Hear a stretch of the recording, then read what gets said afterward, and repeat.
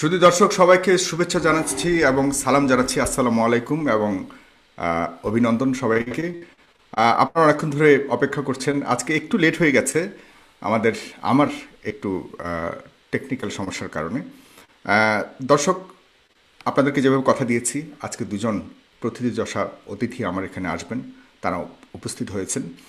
আহ, তো আপনারা আজকে অনেকেই মনে করছেন যে আজকে বাহাস হবে, তর্ক বিতর্ক হবে, এই সেই। আসলে ব্যাপারটা তা নয়। কারণ আজকে যে দুজন অতিথি আমার এখানে এসেছেন, তারা অনেক সম্মানিত। তারা দুজনেই, আপনারা জানেন, অনেক বিশ্বাসী। আমাদের সৃষ্টিকর্তার প্রতি শতভাগ বিশ্বাস রয়েছে।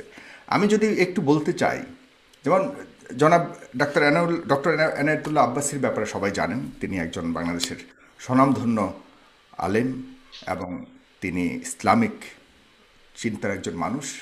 এবং কিছুদিন আগে তার একটি অনুষ্ঠান করেছিলাম, সেটা ব্যাপকভাবে বাংলাদেশে একটি ইতিহাস তৈরি করেছে। আপনাদেরই অনুরোধে আবারও ডক্টর আয়নাতুল্লাহ আব্বাসী হুজুরকে আমি আনতে সক্ষম হয়েছি। তিনি আমার সাথে আবারও আজকে যুক্ত হয়েছেন, তার প্রতি আমি অশেষ কৃতজ্ঞতা জানাচ্ছি। পাশাপাশি আরেকজন অতিথি যাকে দেখতে পাচ্ছেন, তিনি প্রায় শতবর্ষী একজন বাংলাদেশের জীবন্ত কিংবদন্তি। আপনারা তাকে হয়তো সবাই চেনেন, কিন্তু তার সম্বন্ধে কতটুকু জানেন নতুন যারা প্রজন্ম, তাদের কাছে আমি বলতে চাই, তিনি ছোট্ট একটি কথা দিয়ে আমি শুরু করতে চাই।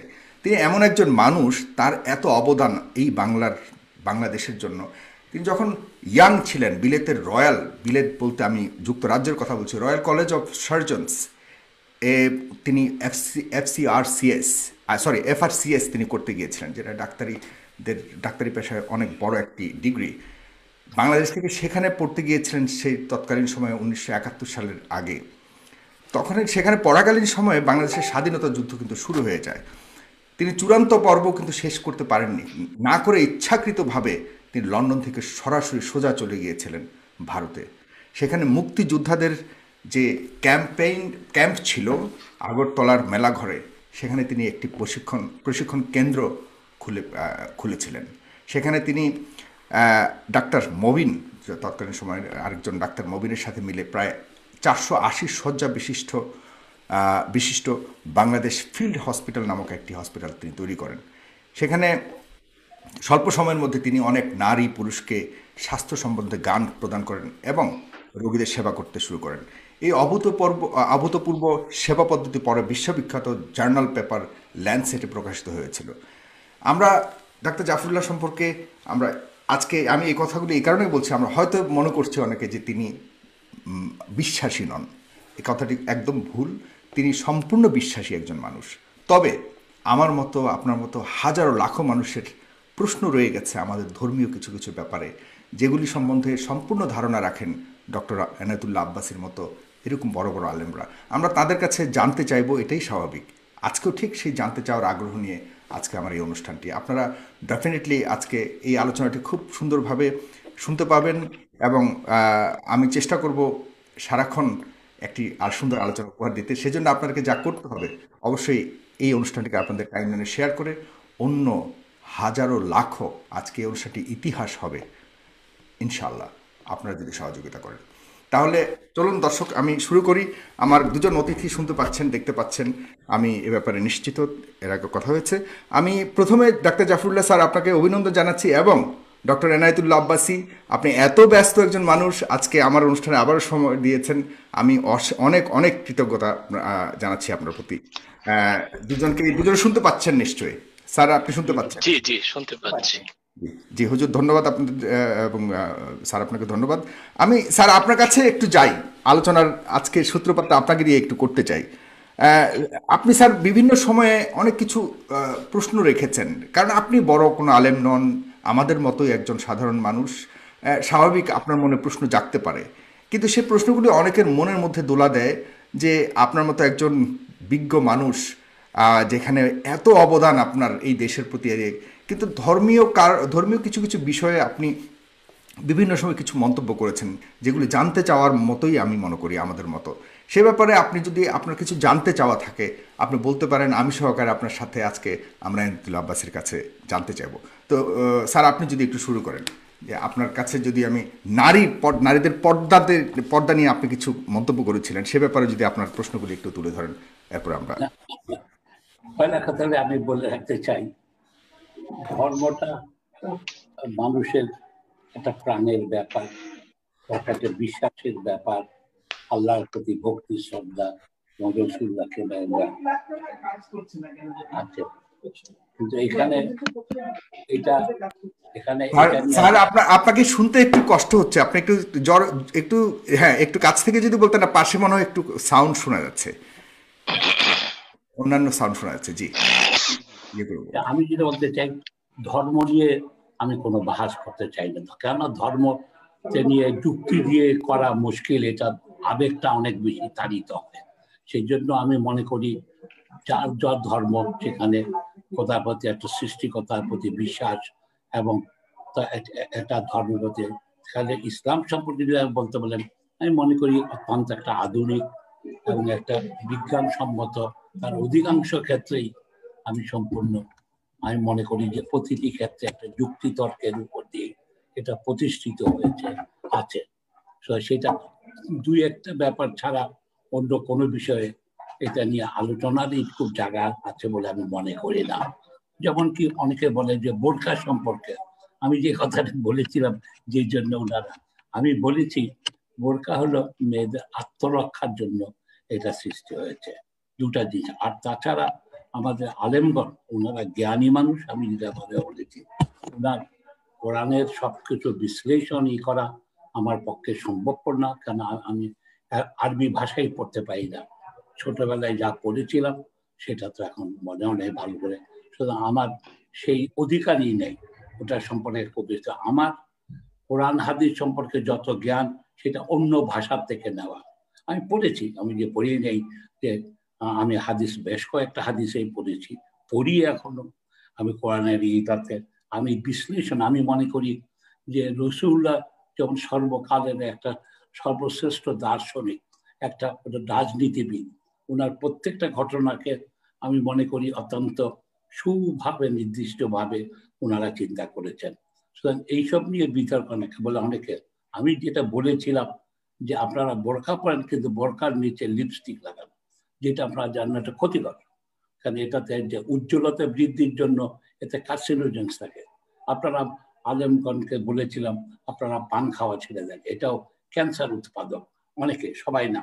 আমি ইনারা আরেকটা কথা আমি বলেছিলাম যে দেখেন খারাপ কাজ অন্য সবাই করে, কিন্তু একটা ইমাম সাহেব বা মাদ্রাসার এই করলে সেটাকে বেশি দোষণীয় বলে মনে করেন ওনারা, যে একমাত্র। তাই আমি বলেছিলাম আপনারা ভাস্কর্য দিয়ে না করে আমাদের সবাইকে হেদায়েত করেন, যাতে আমরা সুনাগরিক হই, দেশে সুশাসন হয়, মানুষের অধিকার প্রতিষ্ঠা হয়।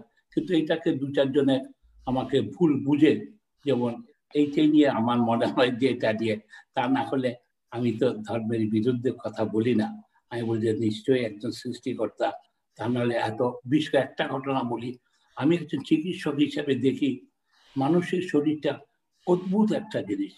একটা ছোট 3 ইঞ্চি 2 ইঞ্চি 1 ইঞ্চি, এইটা তার সাইজ, দুটা 24 ঘন্টা চলে। পৃথিবীর অন্য কোনো মেশিন 24 ঘন্টা চলতে পারে না। এটাকে অত্যন্ত কারিপূর্ণের সাথে, হার্টেরটাও ঠিক একই অবস্থা। সুতরাং এইটার দিকে আমরা, মানুষের এত জ্ঞান বৃদ্ধি হয়েছে, আমরা 24 ঘন্টা না থেমে না বিশ্রাম নিয়ে এইসব জায়গাতে, বরঞ্চ আমি মনে করি যে এইসব তো একটা নিশ্চয়ই অপূর্ব ইয়ে।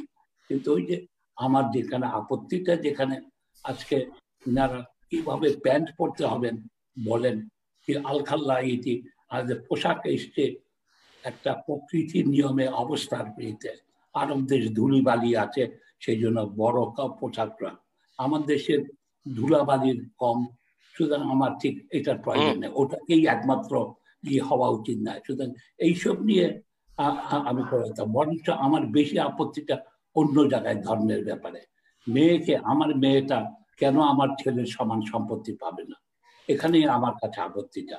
এখানে আমি জানি আমাদের প্রত্যেকটা, আজকে যদি আমি কোরআনটা ভালো করে পড়তে পারতাম এবং ইতিহাসটা, আব্বাসী সাহেবরা, উনারা তো স্কলার, উনারা জানেন প্রত্যেকটা সূরা,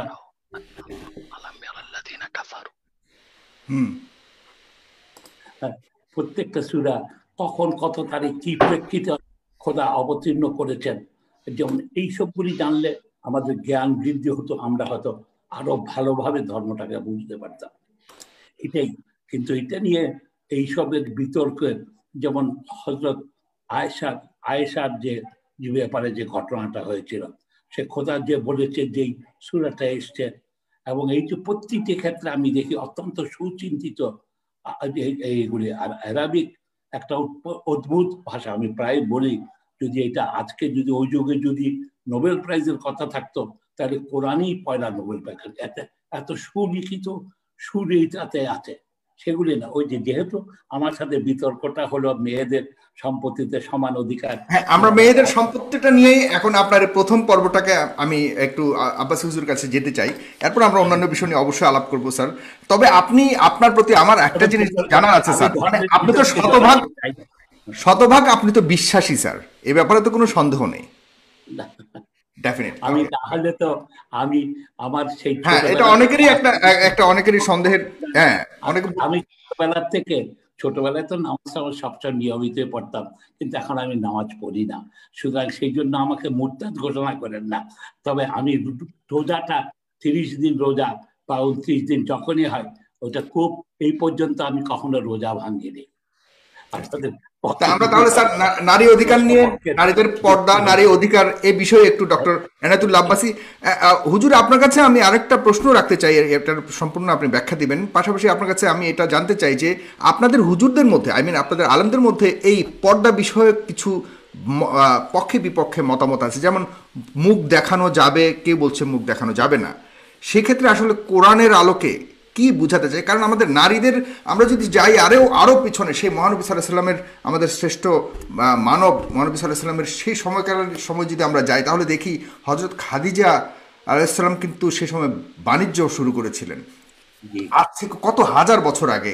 তার মানে নারীদের যে একটা স্বাধীনতা, না মানে বাহিরে যাওয়ার অথবা বাণিজ্য করবার মতো এরকম এক সুযোগ সুবিধা থাকার সত্ত্বেও, তখন মহানবী সাল্লাল্লাহু আলাইহি সাল্লাম খাদিজা রাদিয়াল্লাহু আনহা আন্ডারে তিনি চাকরি পর্যন্ত করেছেন। সেখানে বর্তমান আলেম সমাজ থেকে দেখা যায় যে কোনো নারীর অধীনে চাকরি করতে আগ্রহী নন, কারণ তিনি নারী। এভাবে কেন দেখা হচ্ছে বর্তমান সময়ে? সেই সময় যদি এত আধুনিক চিন্তা ভাবনা হয়ে থাকে, এখন কেন আমরা সেই পরের দিকে চিন্তা করছি? জনাব ডক্টর এনায়েতুল্লাহ আব্বাসী। আলহামদুলিল্লাহ ওয়াহদা والصلاة والسلام على محمد صلى الله عليه وسلم الذي من لا نبي بعده اللهم صل على محمد نور الله مدينة العلم وعلى بابه علي رضي الله تعالى عنه।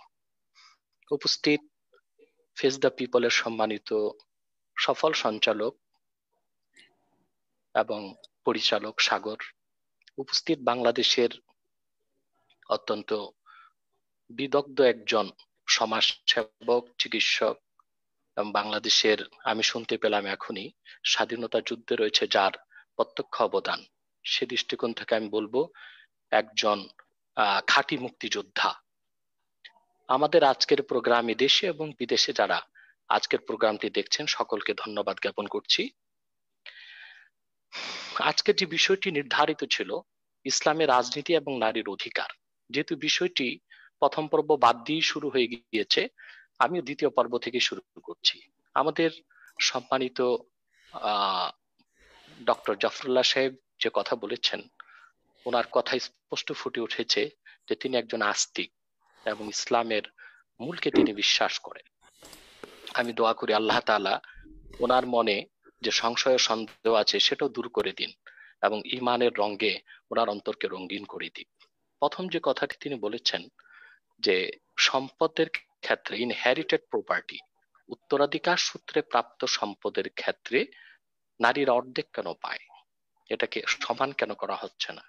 এই প্রশ্নটির উত্তরটি আমি পড়ে দিচ্ছি। তার আগে আমি দেখব যে ইসলাম নারীর যে অধিকার ও সম্মান দিয়েছে, পৃথিবীর পূর্বের কোন ধর্ম, কোন তন্ত্র, কোন মন্ত্র, কোন ইজম, কোন মতবাদ এত অধিকার, এত মর্যাদা নারীকে দিতে পারেনি। আমি ধর্মের কথা যদি বলি, ওল্ড টেস্টামেন্ট যেটা ইহুদিদের ধর্মগ্রন্থ, নিউ টেস্টামেন্ট যেটা কিতাবুল মুকাদ্দাস, আরবি সংস্করণ আমার কাছে আছে এখানে। ওল্ড টেস্টামেন্টে একটি কথা এসেছে যে ইহুদিদের বিশ্বাস, ধর্মীয় বিশ্বাস, আম্মাল ইয়াহুদু ফাকানাতিল মারআতু ইনদাহুম তুবাউ কাসিলআতিন রাখিসাতিন ওয়া খাসিসা। ইহুদি ধর্মের পণ্ডিতগণ মনে করতেন যে মহিলারা সামান্য পণ্য সামগ্রীর মতো একটি জিনিস, যখন খুশি তখন মহিলাদেরকে কেনাবেচা করা যায়। এবং তাদের ধর্মীয় বিশ্বাস হচ্ছে ওয়াকানু ইয়ানজুরুনা লিল মারআতি আলা আন্নাহা খাইনাতুন মুতামাররিদাতুন কাযিবাতুন ওয়া দালিলা ওয়া ইয়াতাবিরুনাহা লা'নাতান লিআন্নাহা আগওয়াত আদম আলাইহিস সালাম। ইহুদিদের বিশ্বাস ওল্ড টেস্টামেন্টে এসেছে, আমি আরবি ভার্স শুনিয়েছি, যে তারা মহিলাদেরকে মনে করে মিথ্যাবাদী, অভিশপ্ত, খেয়ানতকারী, কারণ তাদের বিশ্বাস হযরত আদমকে মহিলা হযরত হাওয়াই পথভ্রষ্ট করেছেন। খ্রিস্টান ধর্মে বলা হয়েছে নিউ টেস্টামেন্টে মহিলারা হচ্ছে শয়তানের বিষাক্ত তীর। হিন্দু ধর্মের উপনিষদ বা বিভিন্ন ধর্মগ্রন্থেও এমন কিছু কথা আছে যা নারী জাতির অপমান, অসম্মান এবং অধিকার ভুলুণ্ঠিত হয় বলে প্রমাণিত হয়। সেই ক্ষেত্রে আল্লাহ প্রদত্ত জীবন বিধান ইসলামে নারীর অধিকার ও সম্মান কতটুকু, আমি খুব সংক্ষেপে বলছি আমাদের মহতারম ডাক্তার জাফরুল্লাহ সাহেবের অবগতির জন্য ও যাদের মধ্যে সংশয় সন্দেহ আছে তা দূরীভূত করার জন্য। আল্লাহ পাক কোরআন কারিমে নারী পুরুষকে মর্যাদার দিক দিয়ে সমান নির্ধারণ করেছেন। সম্মানের দিক দিয়ে আল্লাহ পাক বলেন, ইয়া আইয়ুহান নাস ইন্না খালাকনাকুম মিন যাকারি ওয়া উনসা, হে মানব জাতি, আমি তোমাদেরকে সৃষ্টি করেছি একজন পুরুষ থেকে একজন নারী থেকে। আল্লাহ পাক এখানে নারী ও পুরুষকে সমান মর্যাদা দান করেছেন। আল্লাহ তাআলা অন্যত্র বলেন, ওয়াকুলনা ইয়া আদাম উসকুন আনতা ওয়া যাওজুকাল জান্নাহ, হে আদম তুমি এবং তোমার স্ত্রী বেহেশতে পরমানন্দে বসবাস করো, যা খুশি তা খাও। এখান থেকে স্পষ্ট হয়ে যায় নারী ও পুরুষকে জান্নাতে থাকার ক্ষেত্রে আল্লাহ তাআলা সমান অধিকার দিয়েছেন এবং মানব জাতির বিকাশ, বংশ পরম্পরা এবং পৃথিবীতে মানব সভ্যতার আদি পুরুষ আদম ও হাওয়া দুজনের অবস্থান জান্নাতে ছিল, সে কথা আল্লাহর কোরআন ঘোষণা করেছেন।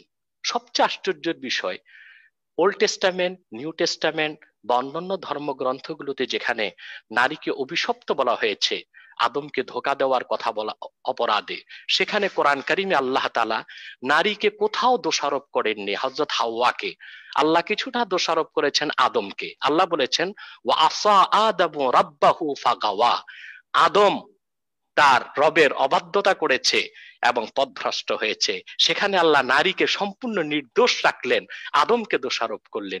এর চেয়ে বেশি নারীর সম্মান মর্যাদা আর কি হতে পারে?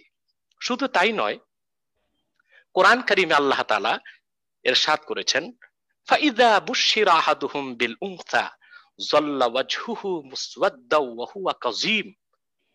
নারীকে মর্যাদা সম্মান দেবার ক্ষেত্রে এত সুন্দর কথা, এত উচ্চাঙ্গের কথা না পূর্বে কোনো ধর্মগ্রন্থে পাওয়া যায়, না বর্তমান জাতিসংঘের সনদে পাওয়া যায়, না নারীবাদীদের কোনো বইতে পাওয়া যায়। আল্লাহ বললেন যখন অবিশ্বাসীদেরকে বুশিরা আহাদুহুম বিল উনসা, কোন কন্যা সন্তান জন্মের সুসংবাদ দেওয়া হয়, তখন তাদের চেহারাটা কালো হয়ে যায়, তারা বেজার হয়ে যায়। মানে কন্যা সন্তান জন্ম নেওয়াকেই আল্লাহ তাআলা সুসংবাদ বলেছেন। নারী জাতির সম্মান, মর্যাদা এবং পৃথিবীর জন্য তারা কত কল্যাণ বয়ে আনে সে কথাটি কোরআন স্পষ্ট করে দিয়েছে। আল্লাহ রাসূল সাল্লাল্লাহু আলাইহি ওয়াসাল্লাম হাদিসে এসেছে, মান উবতুলিয়া মিন হাযিহিল বানাত কুন্না লাহু সিতরাম মিনান নার, যে ব্যক্তি কন্যা সন্তানদেরকে লালন পালন করে, তাদের লালন পালনে, ভরণ পোষণে কষ্ট করে, এই কন্যাগুলোই তার জাহান্নামে যাওয়ার ক্ষেত্রে দেওয়াল হয়ে দাঁড়াবে। নারী জাতির সম্মান মর্যাদা কত বেশি ইসলাম নির্ধারণ করেছে। আল্লাহ রাসূল সাল্লাল্লাহু আলাইহি ওয়াসাল্লাম ইরশাদ করেছেন, সহিহ মুসলিমের হাদিস, মা আকরামান নিসা ইল্লা কারীম ওয়া মা আহানাহা ইল্লা নাঈম। নারী জাতিকে সম্মান করে সেই যে ব্যক্তি চরিত্রবান, পরম সহিষ্ণু, উন্নত চরিত্র ও মানসিকতা ধারণ করে, আর নারী জাতিকে অপমান করে সেই যে ব্যক্তি নিন্দিত, কমিনা ও দুশ্চরিত্র। নারী জাতির অপমানকে আল্লাহ রাসূল সাল্লাল্লাহু আলাইহি সাল্লাম একটি বড় গুনাহ হিসেবে নির্ধারণ করেছেন। সম্পদের অধিকার ইসলাম নারীকে যা দিয়েছে, যতটুক দিয়েছে, তাই যৌক্তিক, নৈতিক এবং বৈজ্ঞানিক।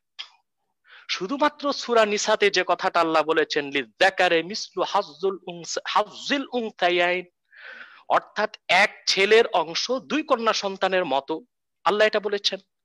এই দিয়ে শুধুমাত্র অপব্যাখ্যার সুযোগ নেই যে ইসলাম নারীকে ঠকিয়েছে, ইসলাম সমান অধিকার দেয়নি।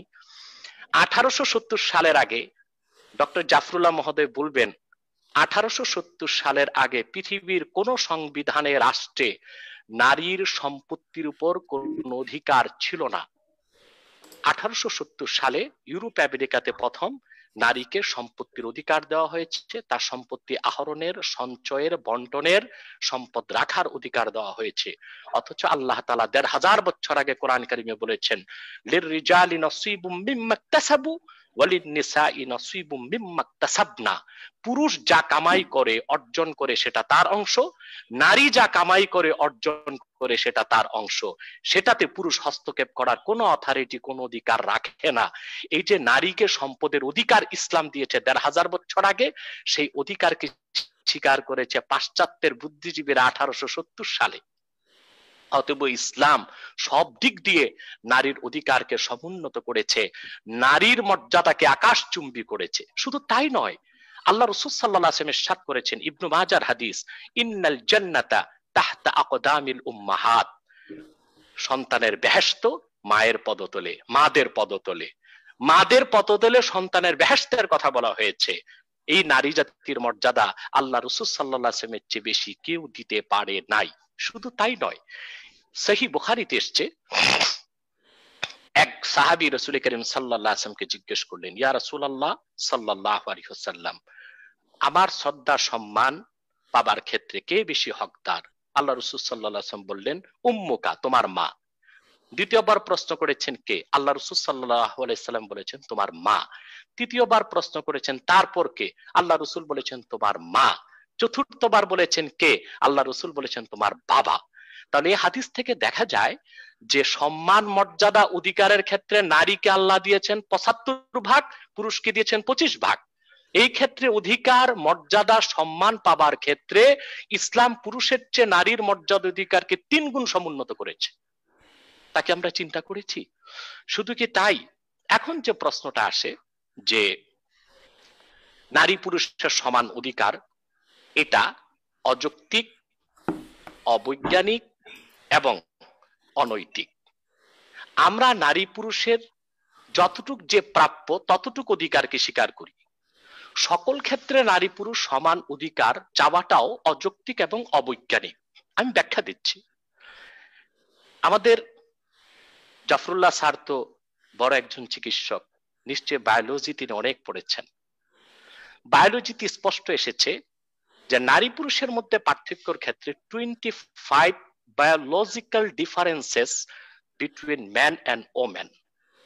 নারী ও পুরুষের মধ্যে বায়োলজির দৃষ্টিকোণ থেকে 25টি পার্থক্য আছে। স্যার এটা অস্বীকার করতে পারবেন না। সাইকোলজিক্যাল পার্থক্য আছে 15টি, ফিজিক্যাল পার্থক্য আছে আরো 15টি। অর্থাৎ সৃষ্টিগতভাবে নারী পুরুষের মধ্যে পার্থক্য রয়েছে 50 ভাগ। সেখানে আমরা সকল ক্ষেত্রে নারী পুরুষের সমান অধিকার চাওয়াটা শুধু অনৈতিক নয়, অবৈজ্ঞানিকও বটে। মেডিকেল সায়েন্স, বিশেষ করে বায়োলজিতে পাওয়া যায়, একজন এডাল্ট পুরুষ, প্রাপ্তবয়স্ক পুরুষের মাথায় মস্তিষ্কের পরিমাণ, কোয়ান্টিটি হচ্ছে 60 গ্রাম, আর একজন এডাল্ট মহিলা, পূর্ণ বয়স্কা মহিলার মাথায় মস্তিষ্কের কোয়ান্টিটি হচ্ছে 40 গ্রাম।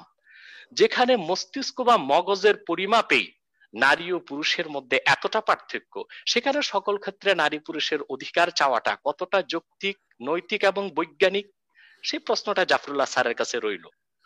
তাহলে এখন প্রশ্ন হচ্ছে, তাহলে সকল ক্ষেত্রে নারী পুরুষের সমান অধিকার চাওয়াটা এটা নৈতিকতা এবং যৌক্তিকতা এবং বৈজ্ঞানিক মানদণ্ডে উত্তীর্ণ নয়, এটা একটি আবেগ ঘন কথা, এটা সত্যের মানদণ্ডে উত্তীর্ণ কোনো কথা নয়। এজন্য ইসলাম কোন কোন ক্ষেত্রে নারীকে পুরুষের চেয়ে অনেক বেশি অধিকার দিয়েছে, আর কোন কোন ক্ষেত্রে ইসলাম নারীর চেয়ে পুরুষকে বেশি অধিকার দিয়েছে।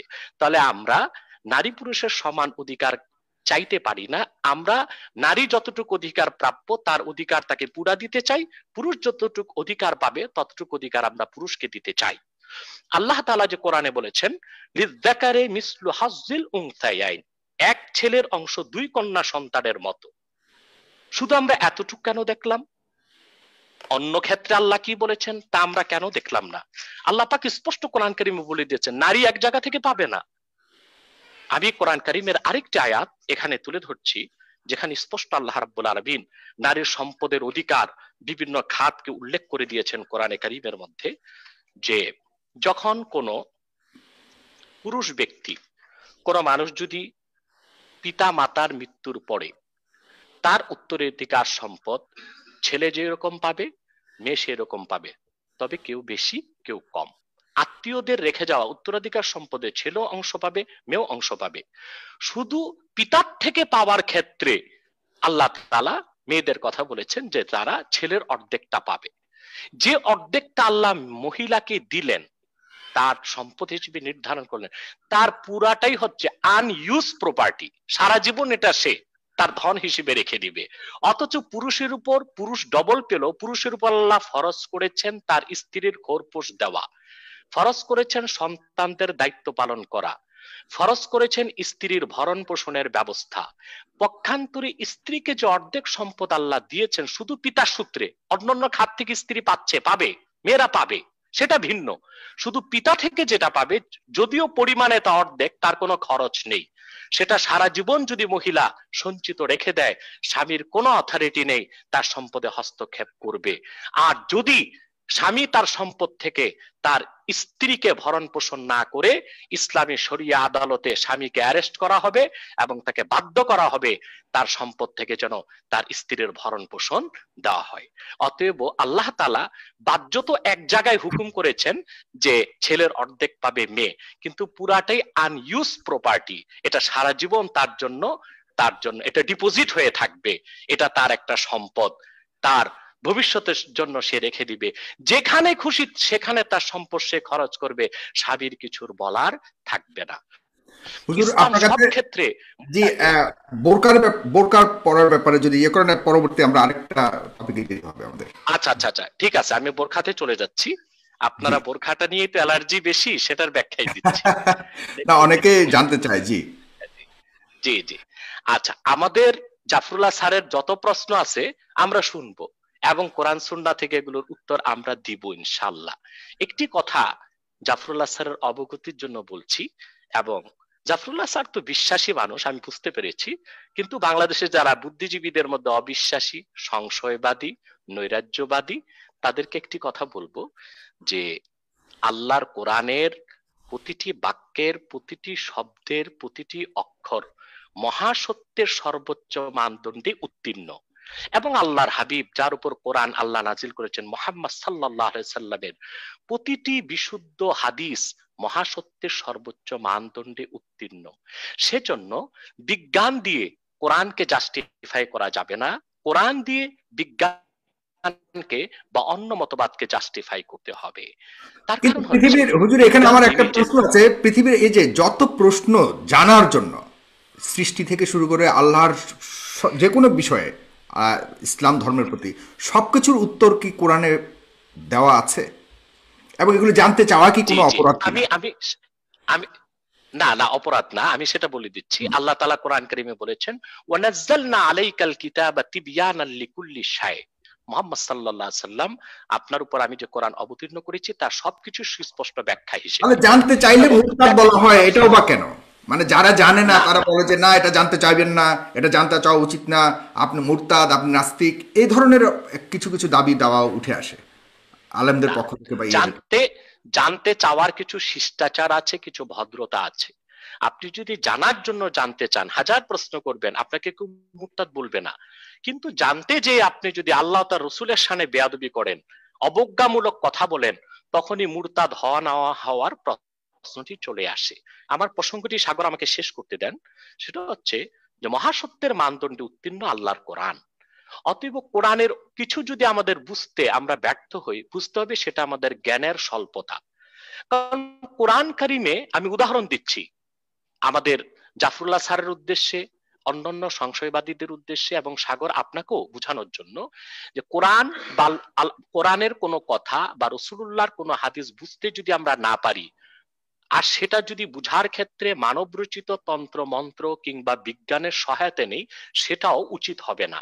কারণ আল্লাহর কোরআনে এমন কথা আল্লাহ ১৫০০ বছর আগে বলেছেন, যা আধুনিক বিজ্ঞান ১৫০০ বছর পরে এসে মস্তক নত করে মেনে নিয়েছে।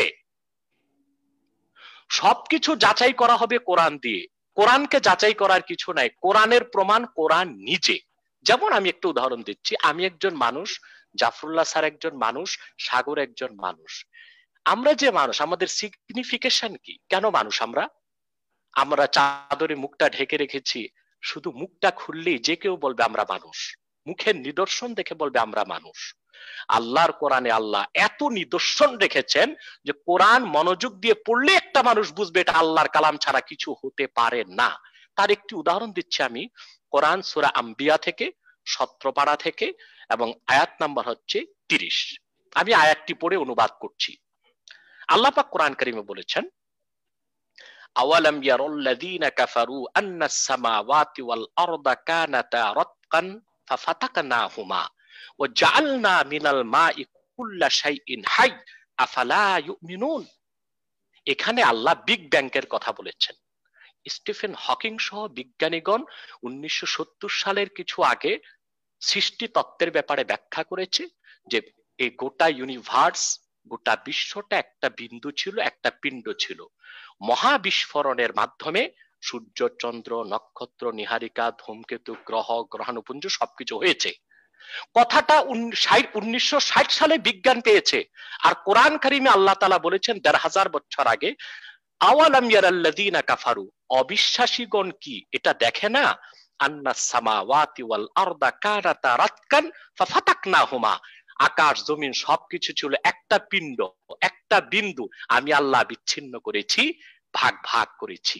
এখন বলুন, ১৫০০ বছর আগে যখন কোনো মহাকাশ বিজ্ঞানাগার ছিল না, কোনো টেলিস্কোপ ছিল না, কার্বন টেস্টের কোনো ব্যবস্থা ছিল না, আমার নবী মুহাম্মদ সাল্লাল্লাহু আলাইহি সাল্লাম আরবের বাইরে জ্ঞান আহরণে কোথাও ১৫০০ বছর আগে রোমে বা আরবের অন্য কোন অঞ্চলে গেলেন না।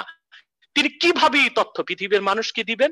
নিশ্চয়ই এটা আল্লাহর বাণী, আল্লাহর কোরআন, আল্লাহর কালাম, যা অবতীর্ণ হয়েছে মুহাম্মদ সাল্লাল্লাহু আলাইহি সাল্লামের উপর ১৫০০ বছর আগে। শুধু কি তাই, ঠিক এর পরের আয়াত আল্লাহ তাআলা বলেন, জাআলনা মিনাল মাই কুল্লা শাইইন হাই, প্রতিটি জীবিত প্রাণীকে, জীবকে আমি তৈরি করেছি পানি থেকে। আজকে সমস্ত জুলজিস্টরা একমত, ডক্টর পিপি গ্রাস ফ্রান্সের সবচেয়ে বড় জুলজি বিজ্ঞানী ছিল, তিনিও একমত হয়েছেন কোরআনের এই আয়াতের সাথে যে প্রতিটি জীবিত প্রাণীর কোষের মধ্যে দেখা যায় যে ৭৫% বেশি পানি। আমি একটা উদাহরণ দিলাম প্রাসঙ্গিক কারণে, যে আমাদের কোনো কিছু যদি বুঝতে কষ্ট হয় কোরআন হাদিসের, বুঝতে হবে সেটা আমাদের জ্ঞানের স্বল্পতা। বিজ্ঞান দিয়ে কোরআন হাদিসকে যাচাই করা যাবে না। কোরআন হাদিসের সবকিছু মহাসত্যের সর্বোচ্চ মানদণ্ডে উত্তীর্ণ। এখন আসুন পর্দার প্রসঙ্গে। ইসলাম পর্দা কেন দিয়েছে, এটার ব্যাখ্যাটা আমি দিচ্ছি। হুজুর, আমি মাঝখানে এই প্রসঙ্গটা শুরু করার আগে একটু আপনাকে বলি, এবং স্যার আপনাকেও বলি। কথা ভুলে যাব সাগর। হ্যাঁ, পর্দা নিয়ে শুরু করবেন আপনি পর্দা নিয়ে, বোরকা নিয়ে শুরু করবেন। এত সুন্দর করে ওয়াইজ করেন, আপনারা কিছুই ভুলেন না। রাইট, আপনি বোরকা নিয়ে শুরু করছিলেন। এ ফাঁকে আমি একটু আপনাদের অবগতি জানাচ্ছি যে এই মুহূর্তে আমাদের এই শোটি প্রায় ৩০,০০০-এর উপরে মানুষ দেখছে।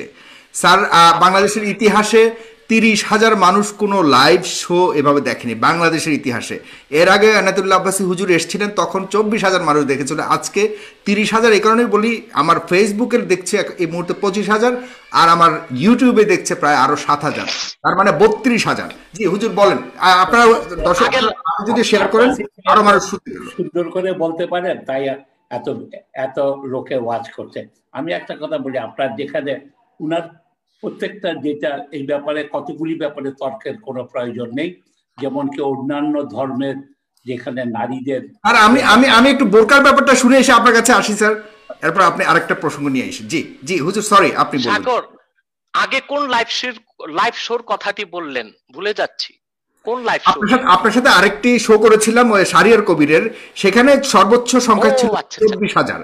24,000-এর একটা ইয়ে গিয়েছিল। তো আজকে দেখলাম এটা খুবই মানে একটা আনন্দের বিষয় ডেফিনেটলি আমার জন্য এবং সবার জন্য, সারা বাংলাদেশের মানুষের জন্য, যে মানুষ সত্যিকার অর্থেই সঠিক মানুষের কথা শুনতে চায়, এটাই একটা প্রমাণিত সত্য। তো সে কারণে আপনাদেরকে জানালাম যে আপনাদের মানুষ কথাগুলো যে কত হাজার মানুষ শুনছে সেটা একটু বললাম আর কি। যে হুজুর, আপনি একটু দয়া করে, যদি অন্যান্য প্রসঙ্গ আসবে, আপনি একটু বোরকার ব্যাপারে যদি একটু স্পষ্ট করেন আমাদেরকে। আচ্ছা, আমি এবার পর্দার প্রসঙ্গে চলে গেলাম। ইসলাম যে পর্দাকে বাধ্যতামূলক করেছে মহিলাদের জন্য, সবচেয়ে বড় ভুল, কবে থেকে পর্দা বাধ্যতামূলক করলো? আমি বলছি, সেটাই ব্যাখ্যা দিচ্ছি। সবচেয়ে বড় কথা, আমরা একটা ভুলের মধ্যে আছি। আমরা মনে করি ইসলাম শুধু মহিলাদেরকে পর্দা দিয়েছে। না, পর্দা মহিলার জন্য, পুরুষের জন্য, তবে তা ভিন্ন ভিন্ন স্বরূপ। পুরুষকে আল্লাহ তাআলা পর্দা বলেছেন গদ্দুল বাসার, তার দৃষ্টিকে অবনমিত রাখতে হবে। আর মহিলার পর্দা হচ্ছে তার বিশেষ অঙ্গগুলোকে ঢেকে রাখবে। প্রশ্ন হলো কেন? আমি আগে বলেছি যে কোরআন হাদিসের প্রতিটি বিষয়কে আমরা যারা বিশ্বাসী, আমরা বিনা বাক্যে মেনে নেই, সেখানে কোনো যৌক্তিকতা খোঁজার প্রয়োজন আমরা অনুভব করি না। 2, পর্দার যে বিধান ইসলাম করেছে তা কেন? আমি আগেই বলেছি যে নারী ও পুরুষের মধ্যে পার্থক্য রয়েছে, বায়োলজিক্যাল পার্থক্য রয়েছে, ফিজিক্যাল পার্থক্য রয়েছে, সাইকোলজিক্যাল পার্থক্য আছে। নারীদের যে পর্দার বিধান ইসলাম করেছে তা কখন থেকে? বালেগা হওয়ার পর থেকে। আমরা জানি নারী ও পুরুষকে সৃষ্টিগতভাবে আল্লাহ তাআলা তৈরি করেছেন এমন ভাবে যে নারী পুরুষের প্রত্যেকের বিপরীত লিঙ্গের প্রতি একটি টান বা আকর্ষণ থাকে। আর সেটা কি রকম? যখন কোন নারী বা পুরুষ 3 এজ পার হয়ে যায়, 3 এজ পার হয়ে যাওয়ার পর, এটা বিজ্ঞানসম্মত একটি কথা, যে কোন পুরুষ যখন 3 এজ পার হওয়ার পর কোন মহিলাকে দেখবে আর তা যদি একেবারে বেভূষণ অবস্থায় দেখে, তো প্রথমেই তার মস্তিষ্কের যে গ্ল্যান্ড তার সেক্সুয়াল অ্যাক্টিভিটিসকে কন্ট্রোল করে, সেটা অ্যাক্টিভ হয়ে যায় এবং স্বাভাবিকভাবেই তার সেক্সুয়াল থটস বেড়ে যায় চোখে। এটা একটা ফিজিক্যাল পার্থক্য নারী এবং পুরুষের। পুরুষের চোখে সেক্সুয়াল থট বেড়ে যায় এবং তার মস্তিষ্কের গ্ল্যান্ড 100% অ্যাক্টিভ হয়ে যায়, রক্ত চলাচল বহুগুণ বেড়ে যায় এবং তখন রক্তের চাপটা পুরুষের নিচের দিকে থাকে। আর বিপরীত লিঙ্গ মহিলার প্রতি তার একটি অস্বাভাবিক আকর্ষণ সৃষ্টি হয়ে যায়, যেটা আল্লাহ তাআলা সৃষ্টিগতভাবে রেখেছেন। এখন এই যে অস্বাভাবিক আকর্ষণ বেড়ে যায় একজন পুরুষের মহিলার প্রতি, এই আকর্ষণ বেড়ে যাওয়ার কারণে তার দুটি অবস্থার একটি অবস্থা, সে যদি তার চাহিদা মেটাতে চায় মেয়েটিকে সুযোগ করে দিতে হবে। আর যদি মেয়েটি সুযোগ করে না দেয় তো তার দুর্ঘটনায় মৃত্যু হতে পারে। লন্ডনে এরকম ঘটনা ঘটেছে, গবেষকগণ দেখেছেন চরম যৌন উত্তেজনার শিকার এক ব্যক্তি তার যৌন ক্ষুধা মেটাতে পারে নাই, যে কারণে তার মস্তিষ্কের রক্ত শূন্য হয়ে অক্সিজেনের অভাবে সে লোকটি মারা গিয়েছিল। তাহলে দেখা যাচ্ছে এখন আমরা যদি বলি যে না, পুরুষকে বেঁচে থাকার জন্য ও তার সেক্সুয়াল অ্যাক্টিভিটিসকে মেটাবার জন্য মেয়েকে সুযোগ করে দিতে হবে, তো পৃথিবীর কোনো মেয়ে, কোনো মা, কোনো বোন নিরাপদ থাকবে না, সতীত্ব সম্ভ্রম নিয়ে বেঁচে থাকতে পারবে না। তাহলে কি করতে হবে? তার একমাত্র সমাধান হচ্ছে মেয়েটিকে আল্লাহর পক্ষ থেকে যে পর্দার বিধান করা হয়েছে তা তাকে মানতে হবে। এর মাধ্যমে যে পুরুষটির বা মেয়েটির যে সেক্সুয়াল অ্যাক্টিভিটিস তা অনিয়ন্ত্রিত হবে না, সীমা লঙ্ঘন করবে না, তখন নৈতিকতা ঠিক থাকবে, মেয়েটি তার চরিত্র সম্ভ্রম সম্মানকে ঠিক রাখতে পারবে, পুরুষটি স্বাভাবিক জীবনযাপন করতে পারবে, তার চরিত্রকেও ধরে রাখতে পারবে। মূলত পর্দাটা ইসলাম দিয়েছে সম্পূর্ণ মেয়েদের চরিত্র সম্ভ্রমকে রক্ষা করে উন্মুক্তভাবে সব জায়গায় যেন তারা চলাফেরা করতে পারে। ঘরের ভিতরে একটি মেয়ের, একটি নারীর পর্দার প্রয়োজন হয় না, যেখানে তার স্বামী, যেখানে তার সেখানে ইচ্ছার পরিপন্থী কি হচ্ছে কিনা একটু ঘরের ভিতরে। কিন্তু ইসলাম মেয়েদেরকে অবাধ স্বাধীনতা দিয়েছে। একাই কি একজন মেয়ে শারঈ পর্দার মাধ্যমে 48 মাইল দূরত্বে সফর করতে পারে বা পারবে। এরপর এর দূরে যেতে হলে রক্ত সম্পর্কের একজন মহরামকে তার সঙ্গে রাখতে হবে। এখন কথা হচ্ছে, আচ্ছা মনে হয় না আমাদের জাফরুল্লাহ স্যার চাচির সাথে কথা বলতেছে। আচ্ছা সেটা যাই হোক, জি, তা আমি যেটা বলতেছি, খুব আনন্দই পাচ্ছে আপনার কথা শুনে। আমি শেষ করছি, একটু শেষ করি না, স্যার তো চিকিৎসক মানুষ, বিজ্ঞান খুব ভালো বুঝেন, বেশি বুঝেন, বিশেষ করে বায়োলজি কেমিস্ট পড়ে শুনি তো ডাক্তার হয়েছেন, এগুলো উনি ভালো জানেন, আমি একটু মনে করিয়ে দিচ্ছি। তাহলে দেখা যাচ্ছে পর্দা নারীর কল্যাণে, তার চরিত্র, তার সম্ভ্রম রক্ষার জন্য, পুরুষ ও নারীর সুস্থতার জন্য এবং উন্নত চরিত্র ধরে রাখার জন্য, সামাজিক অবক্ষয় রোধে এবং সমাজ রাষ্ট্র একটি কল্যাণ রাষ্ট্র হওয়ার জন্য, একটি সুন্দর সমাজের জন্য, একটি ভালো সংসারের জন্য ইসলাম পর্দা দিয়েছে নারীকে। তবে পর্দাটা একমুখী নয়, একপাক্ষিক নয়, শুধু মেয়ে করবে, পুরুষকে পর্দা করতে হবে। পুরুষের পর্দা হচ্ছে তার দৃষ্টি অবনমিত রাখা, আর মেয়ের পর্দা হচ্ছে তার বিশেষ অঙ্গগুলোকে ঢেকে রাখা। এখন একটি সায়েন্টিফিক ব্যাখ্যা আমি দিচ্ছি। বিজ্ঞান বলে প্রতিটি মহিলার প্রতি মাসে 12 থেকে 48 ঘন্টার একটি পিরিয়ড পার হয়, যেটাকে বলা হয় উইন্ডো পিরিয়ড। সে সময়টিতে যে কোনো মহিলা যদি স্বামীর সংস্পর্শে আসে বা পুরুষের সংস্পর্শে আসে, তার প্রেগন্যান্সির সম্ভাবনা 100%। ঠিক সে সময় মহিলাদের শরীর থেকে একটি স্মেল বের হয়, এটা একটি বৈজ্ঞানিক তথ্য। সেই স্মেল যদি কোনো পুরুষের নাকে যায়, তখন তার সেক্সুয়াল থটস 100% স্তরে চলে যায়। তো যদি কোনো মহিলা শরঈ সম্মতভাবে পোশাক পরিধান করে, যেটাকে আমরা বোরখা বলি বা হেজাব বলি, বোরখাই সেলাই করে পড়তে হবে এমন কথা ইসলাম বলে নাই। চাদর হতে পারে, একটি বড় চাদরও শরীরটা ঢেকে নেওয়া যায়, সেটাও আছে। একেবারে বোরখাই হতে হবে এমন কথা না। সেটা যদি হয়, তাহলে তার স্মেলটা কোনো পুরুষ পাবে না। তখন দেখা যাবে পুরুষটির মধ্যে অনিয়ন্ত্রিত কোনো উত্তেজনা সৃষ্টি হবে না, যা পুরুষের জন্য ভালো, মহিলার জন্য ভালো। এভাবে আল্লাহ তাআলা মূলত মহিলাদেরকে যে পর্দা দিয়েছেন, তা নৈতিকতার মানদণ্ডে, তা যৌক্তিকতার মানদণ্ডে এবং তা বিজ্ঞানের মানদণ্ডে 100% উত্তীর্ণ একটি বিধান। এবার আসুন বাস্তবতায়। পৃথিবীতে আমরা দেখতে পাচ্ছি, বাংলাদেশের গণমাধ্যমও দেখতে পাচ্ছি, গণধর্ষণ একটি মহামারীতে রূপ নিয়েছে। কিন্তু আজ পর্যন্ত কোন নিউজ মিডিয়া একটি প্রমাণ দিতে পারবে না যে বোরখা পরে এমন একটি মেয়ে ধর্ষিতা হয়েছে। কারা ধর্ষিতা হচ্ছে? যারা মোটেও পর্দা করে না, মোটেও হেজাব ব্যবহার করে না, তারাই পথে ঘাটে বিভিন্ন জায়গায় ধর্ষিতা হচ্ছে। তাহলে বাস্তবিক প্রায়োগিক ক্ষেত্র আমরা দেখতে পাচ্ছি, বর্তমান সামাজিক অবক্ষয় রোধে এবং মহিলাদের চরিত্র সম্ভ্রম রক্ষায়, মা বোনদের ইজ্জতকে সমুন্নত করার জন্য ইসলাম যে পর্দার বিধান করেছে, সেটা আমাদের অনুসরণ করা উচিত, ব্যক্তি জীবনও, সামাজিকভাবে, রাষ্ট্রীয়ভাবে আইন করে। জি হুজুর, আপনাকে অনেক ধন্যবাদ। আপনার কাছে আমি আরেকটা প্রশ্ন রেখে যাচ্ছি, সেটা হলো যে একই আল্লাহর তৈরি যদি পুরো ব্রহ্মাণ্ড হয়, তাহলে অমুসলিমরা কেন বেহেশতে যাবে না? অমুসলিমদের জন্য কেন আপনারা দোয়া করেন না? সেক্ষেত্রে আপনি কিছু বলবেন। আমি জাফরুল্লাহ স্যার আপনার কাছে যাচ্ছি। আপনি এতক্ষণ অনেক কথা শুনলেন, আপনার কাছে আমি আরেকটি প্রশ্ন রেখে আপনি অন্যান্য প্রশ্ন যুক্ত করবেন। সেখানে আমি বলতে চাই যে আলেমরা, বাংলাদেশের আলেমরা কিন্তু বাংলাদেশে খিলাফত প্রতিষ্ঠিত করবার জন্য আন্দোলন করে যাচ্ছে। সেটারই একটি অংশ হিসেবে এই যে বিভিন্ন ধরনের আমরা এখন মুভমেন্ট দেখতে পাচ্ছি, ভাস্কর্য থেকে শুরু করে অন্যান্য বিষয়গুলো এখানে আসছে। আপনি কিভাবে দেখেন, এই খিলাফত প্রতিষ্ঠিত হবার কোনো সুযোগ রয়েছে, বা আপনার ব্যক্তিগত মতামত জানতে চাই। সেটা আমি একটা পয়লা বলতে চাই, যে প্রশ্নটা আব্বাসী সাহেবকে জানতে চাই, প্রশ্ন করতে চাই না। বোরখা বা পর্দা প্রথাটা কোন সনে প্রথম প্রতিষ্ঠিত হয়েছিল? পয়লা আমি বলে দিই, কোরআনের প্রত্যেক সূরা তো একবারে আসেনি, এক এক সময় এক একটা করে এসছেন। সামাজিক প্রফেট আমাদের রাসূলুল্লাহ এক একটা সমস্যায় পড়েছেন, খোদার ইবাদতে বসতেন, খোদা তাকে নির্দেশ দিয়েছেন, তার একটা উত্তর কোরআনে এসছে বিভিন্ন এক এক সময়, তো একবারে অবতীর্ণ হয়নি। ঠিক সেই জন্য জানতে চাই আমি, পর্দাটা ঠিক কখন, কোন পরিপ্রেক্ষিতে, কোন অবস্থার প্রেক্ষিতে, কত সনে অবতীর্ণ হয়েছে এবং সেটা কি ছিল। তারপরে আমি যেটা আসতে চাই, যে উনি ওই কথাগুলি যে অন্যান্য হুজুরকে এই উত্তরটা দিবে, এখনই দিবে যে স্যার আপনি কি বলছেন, এখনই দিবে নাকি আরো কয়েকটা প্রশ্ন আপনাকে আমি করেছিলাম সেগুলো নিয়েই কথা করতে পারেন?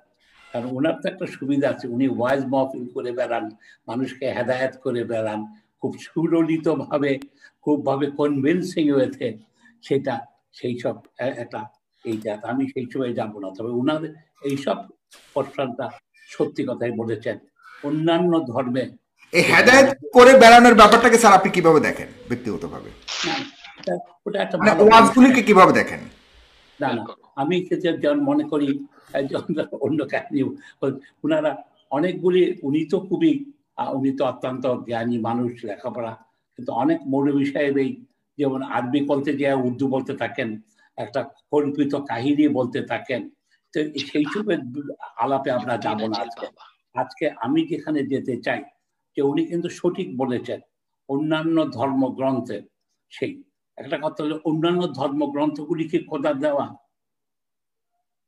ওটা বিধাতা বা খোদা, ঈশ্বর, ভগবান ও তাদের প্রদত্ত না, অন্য ধর্মগ্রন্থগুলি মানুষের সৃষ্টি। এটা একটা আমার সবসময় জানার ইচ্ছা। সেটা এই হিন্দুরা কি বা অমুসলিমরা কি খোদা তৈরি করেন নাই? যদি খোদা তৈরি করবেন তাহলে এই ভিন্নতা কেন দিয়েছেন তাদেরকে? আমাদের জন্য বেহেশত নাজিলের ব্যবস্থা তাদের উনিই তৈরি করলেন অমুসলমান করে। আমি তো ইচ্ছা করে অমুসলমান হইনি, তাহলে আমার জন্য এই ব্যবস্থা কেন? এটাকে হিন্দুদের পুরো জন্মের বিষয়টা, মানে আপনি কি হিন্দুদের কথাই বলছেন নাকি পূর্ণ আরো অনেক অনেক ধর্ম তো রয়েছে যে কোনোটাই, মানে অমুসলিমদের কথা যদি বলি, অমুসলিমদের কথা বলছি, অমুসলিমদের তো খোদাই তৈরি করেছেন, তাদের একটা ভিন্ন ভগবান বা ঈশ্বর করে নাই। আল্লাহর এই ইচ্ছার কারণটা কি, এটার কোনো উত্তর আছে কিনা আমি জানি না বলে আমার সবসময় আগ্রহ হয়। সেই জন্য আমি বলি যে কোনো মুসলমানের অধিকার নাই একটা অমুসলিমকে খুন করা, রায়ট করা, তাকে বঞ্চিত করা, কারণ তারাও খোদারই সৃষ্টি বলে আমি মনে করি। সে আমার আল্লাহর উপরে তার কোনো আল্লাহ নেই, তাহলে কি আরেকটা আল্লাহ আছেন যারা অমুসলমানদের বানিয়েছেন? এই বিষয়টা যদি উনি একটু করেন তাহলে ভালো হবে। আর তৃতীয়ত, যেখানে উনার সাথে আমি সম্পূর্ণ, উনি একদম প্রত্যেকটা খাঁটি কথা বলেছেন, মেয়েদের সম্পত্তির অধিকার, ভোটের অধিকার ইত্যাদি সবকিছু মুসলমানরা আগে করেছে, ইসলামের সবকিছু, এই ব্যাপারে কোনো সন্দেহ নেই, কোনো বিতর্কের প্রয়োজন নেই। কিন্তু উনি যত কথাই বলুক আমার মেয়েটা আমার ছেলেটার সমান পাবে না, কারণ উনি যত সব দিয়েছেন এটা একটা ইমোশনাল। উনি বিজ্ঞানের কথা বললো, এটা বিজ্ঞানসম্মত না, এটা নীতিগত না। উনার যদি একটা মেয়ে থাকে, উনার সম্পত্তিটা অন্যরা পেয়ে যায়, উনার ভাইরা, এটাই বা কেন? আজকে যেখানে যে সমস্যাটা কোথায় হচ্ছে, এই সমান না হওয়ার ফলে, আমি যেটা দেখি ঢাকা শহরে একজনের বাড়ি আছে, 3টা বাড়ি আছে ধানমন্ডিতে, 3টা বাড়ি আছে। সুতরাং আমাদের ধর্মীয় মতে মেয়েটা একটা পাবে, ছেলেটা 2টা পাবে, কিন্তু ছেলেটা কি করে, এই 3 বাড়ির 3 কোণার থেকে অংশ দিয়ে দেয়। ফলে তাকে মেয়েটাকে আমি ডিপ্রাইভ করছি। এটা কখনোই হতে পারে না, নীতিগত ভাবে, বিজ্ঞান বা কথা নয়। আমার মেয়েটা কেন সমান পাবে না? আমি এটা নিয়ে একবার আলোচনা করার জন্য আল আজহার ইউনিভার্সিটি গিয়েছিলাম।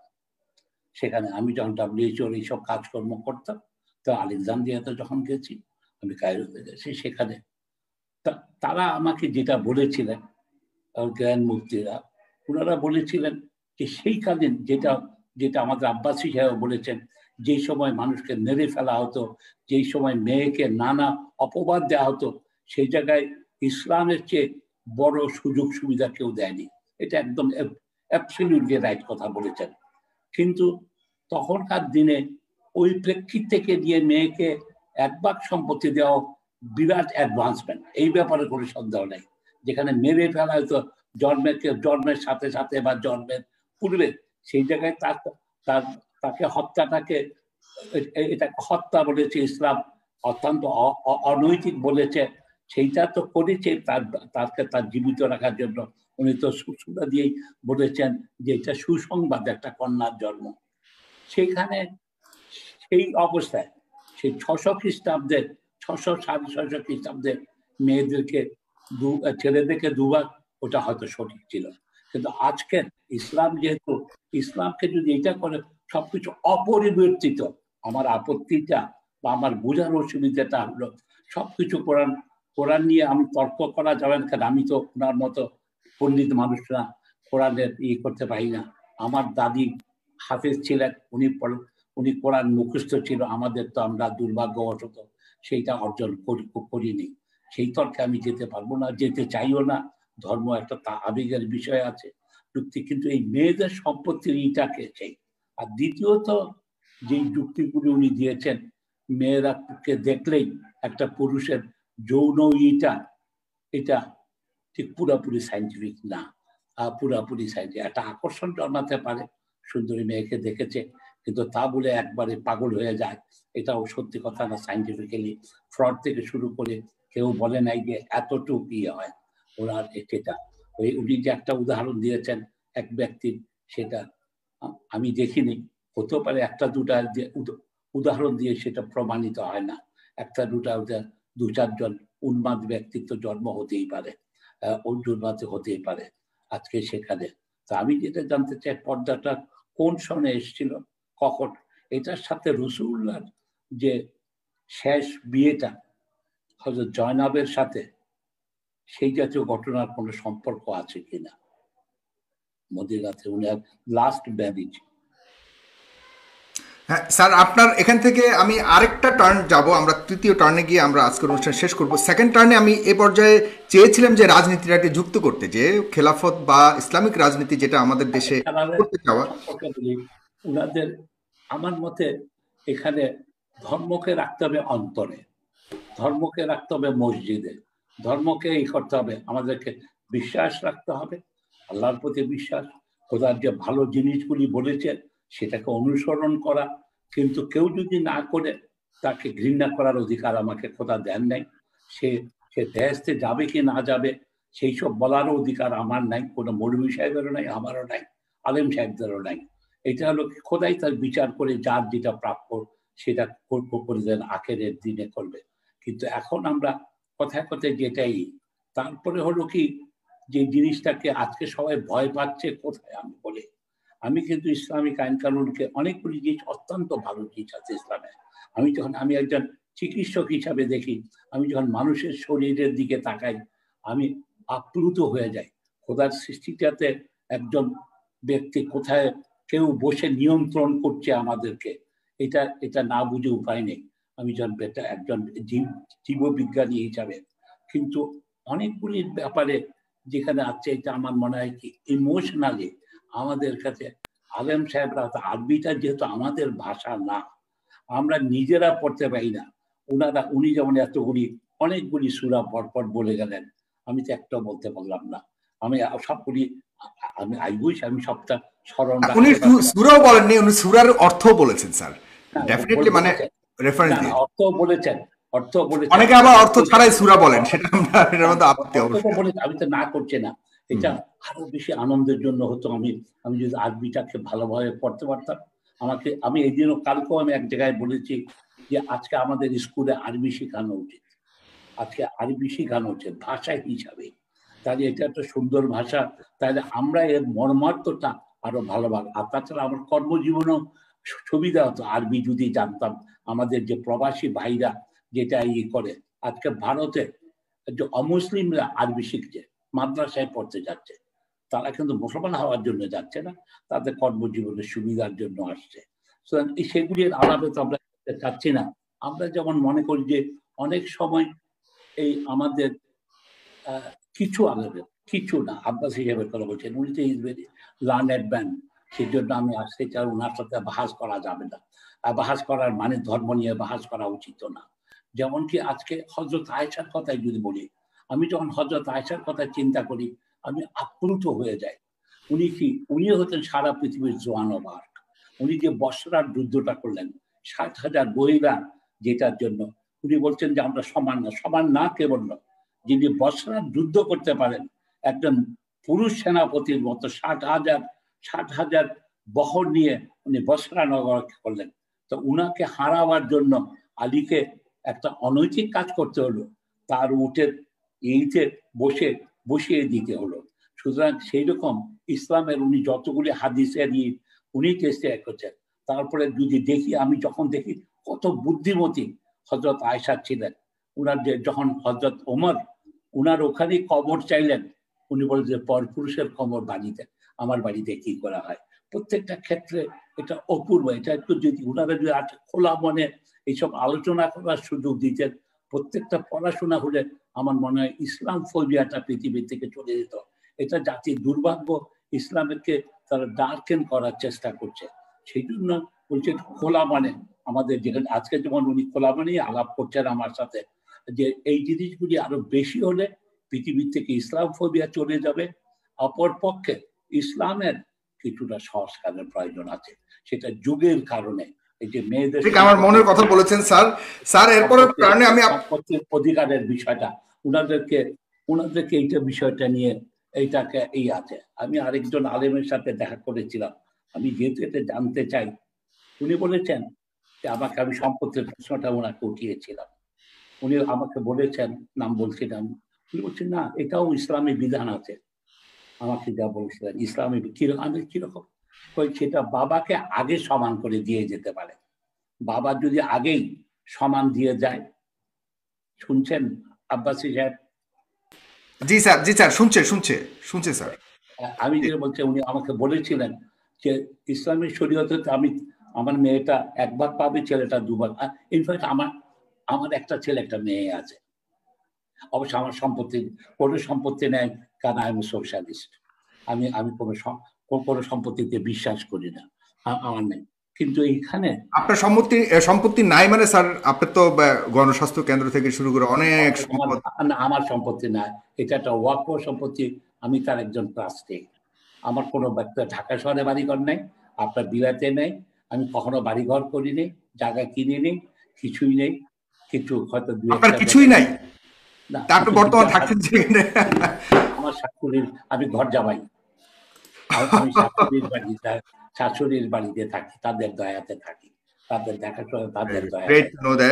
তাহলে আপনি সঠিক পথে আছেন স্যার। আমরা তাহলে অনেকগুলি প্রসঙ্গ আসবে আজকে, আসলে আমি খুব শর্ট করে আমি শেষ করি সাগর।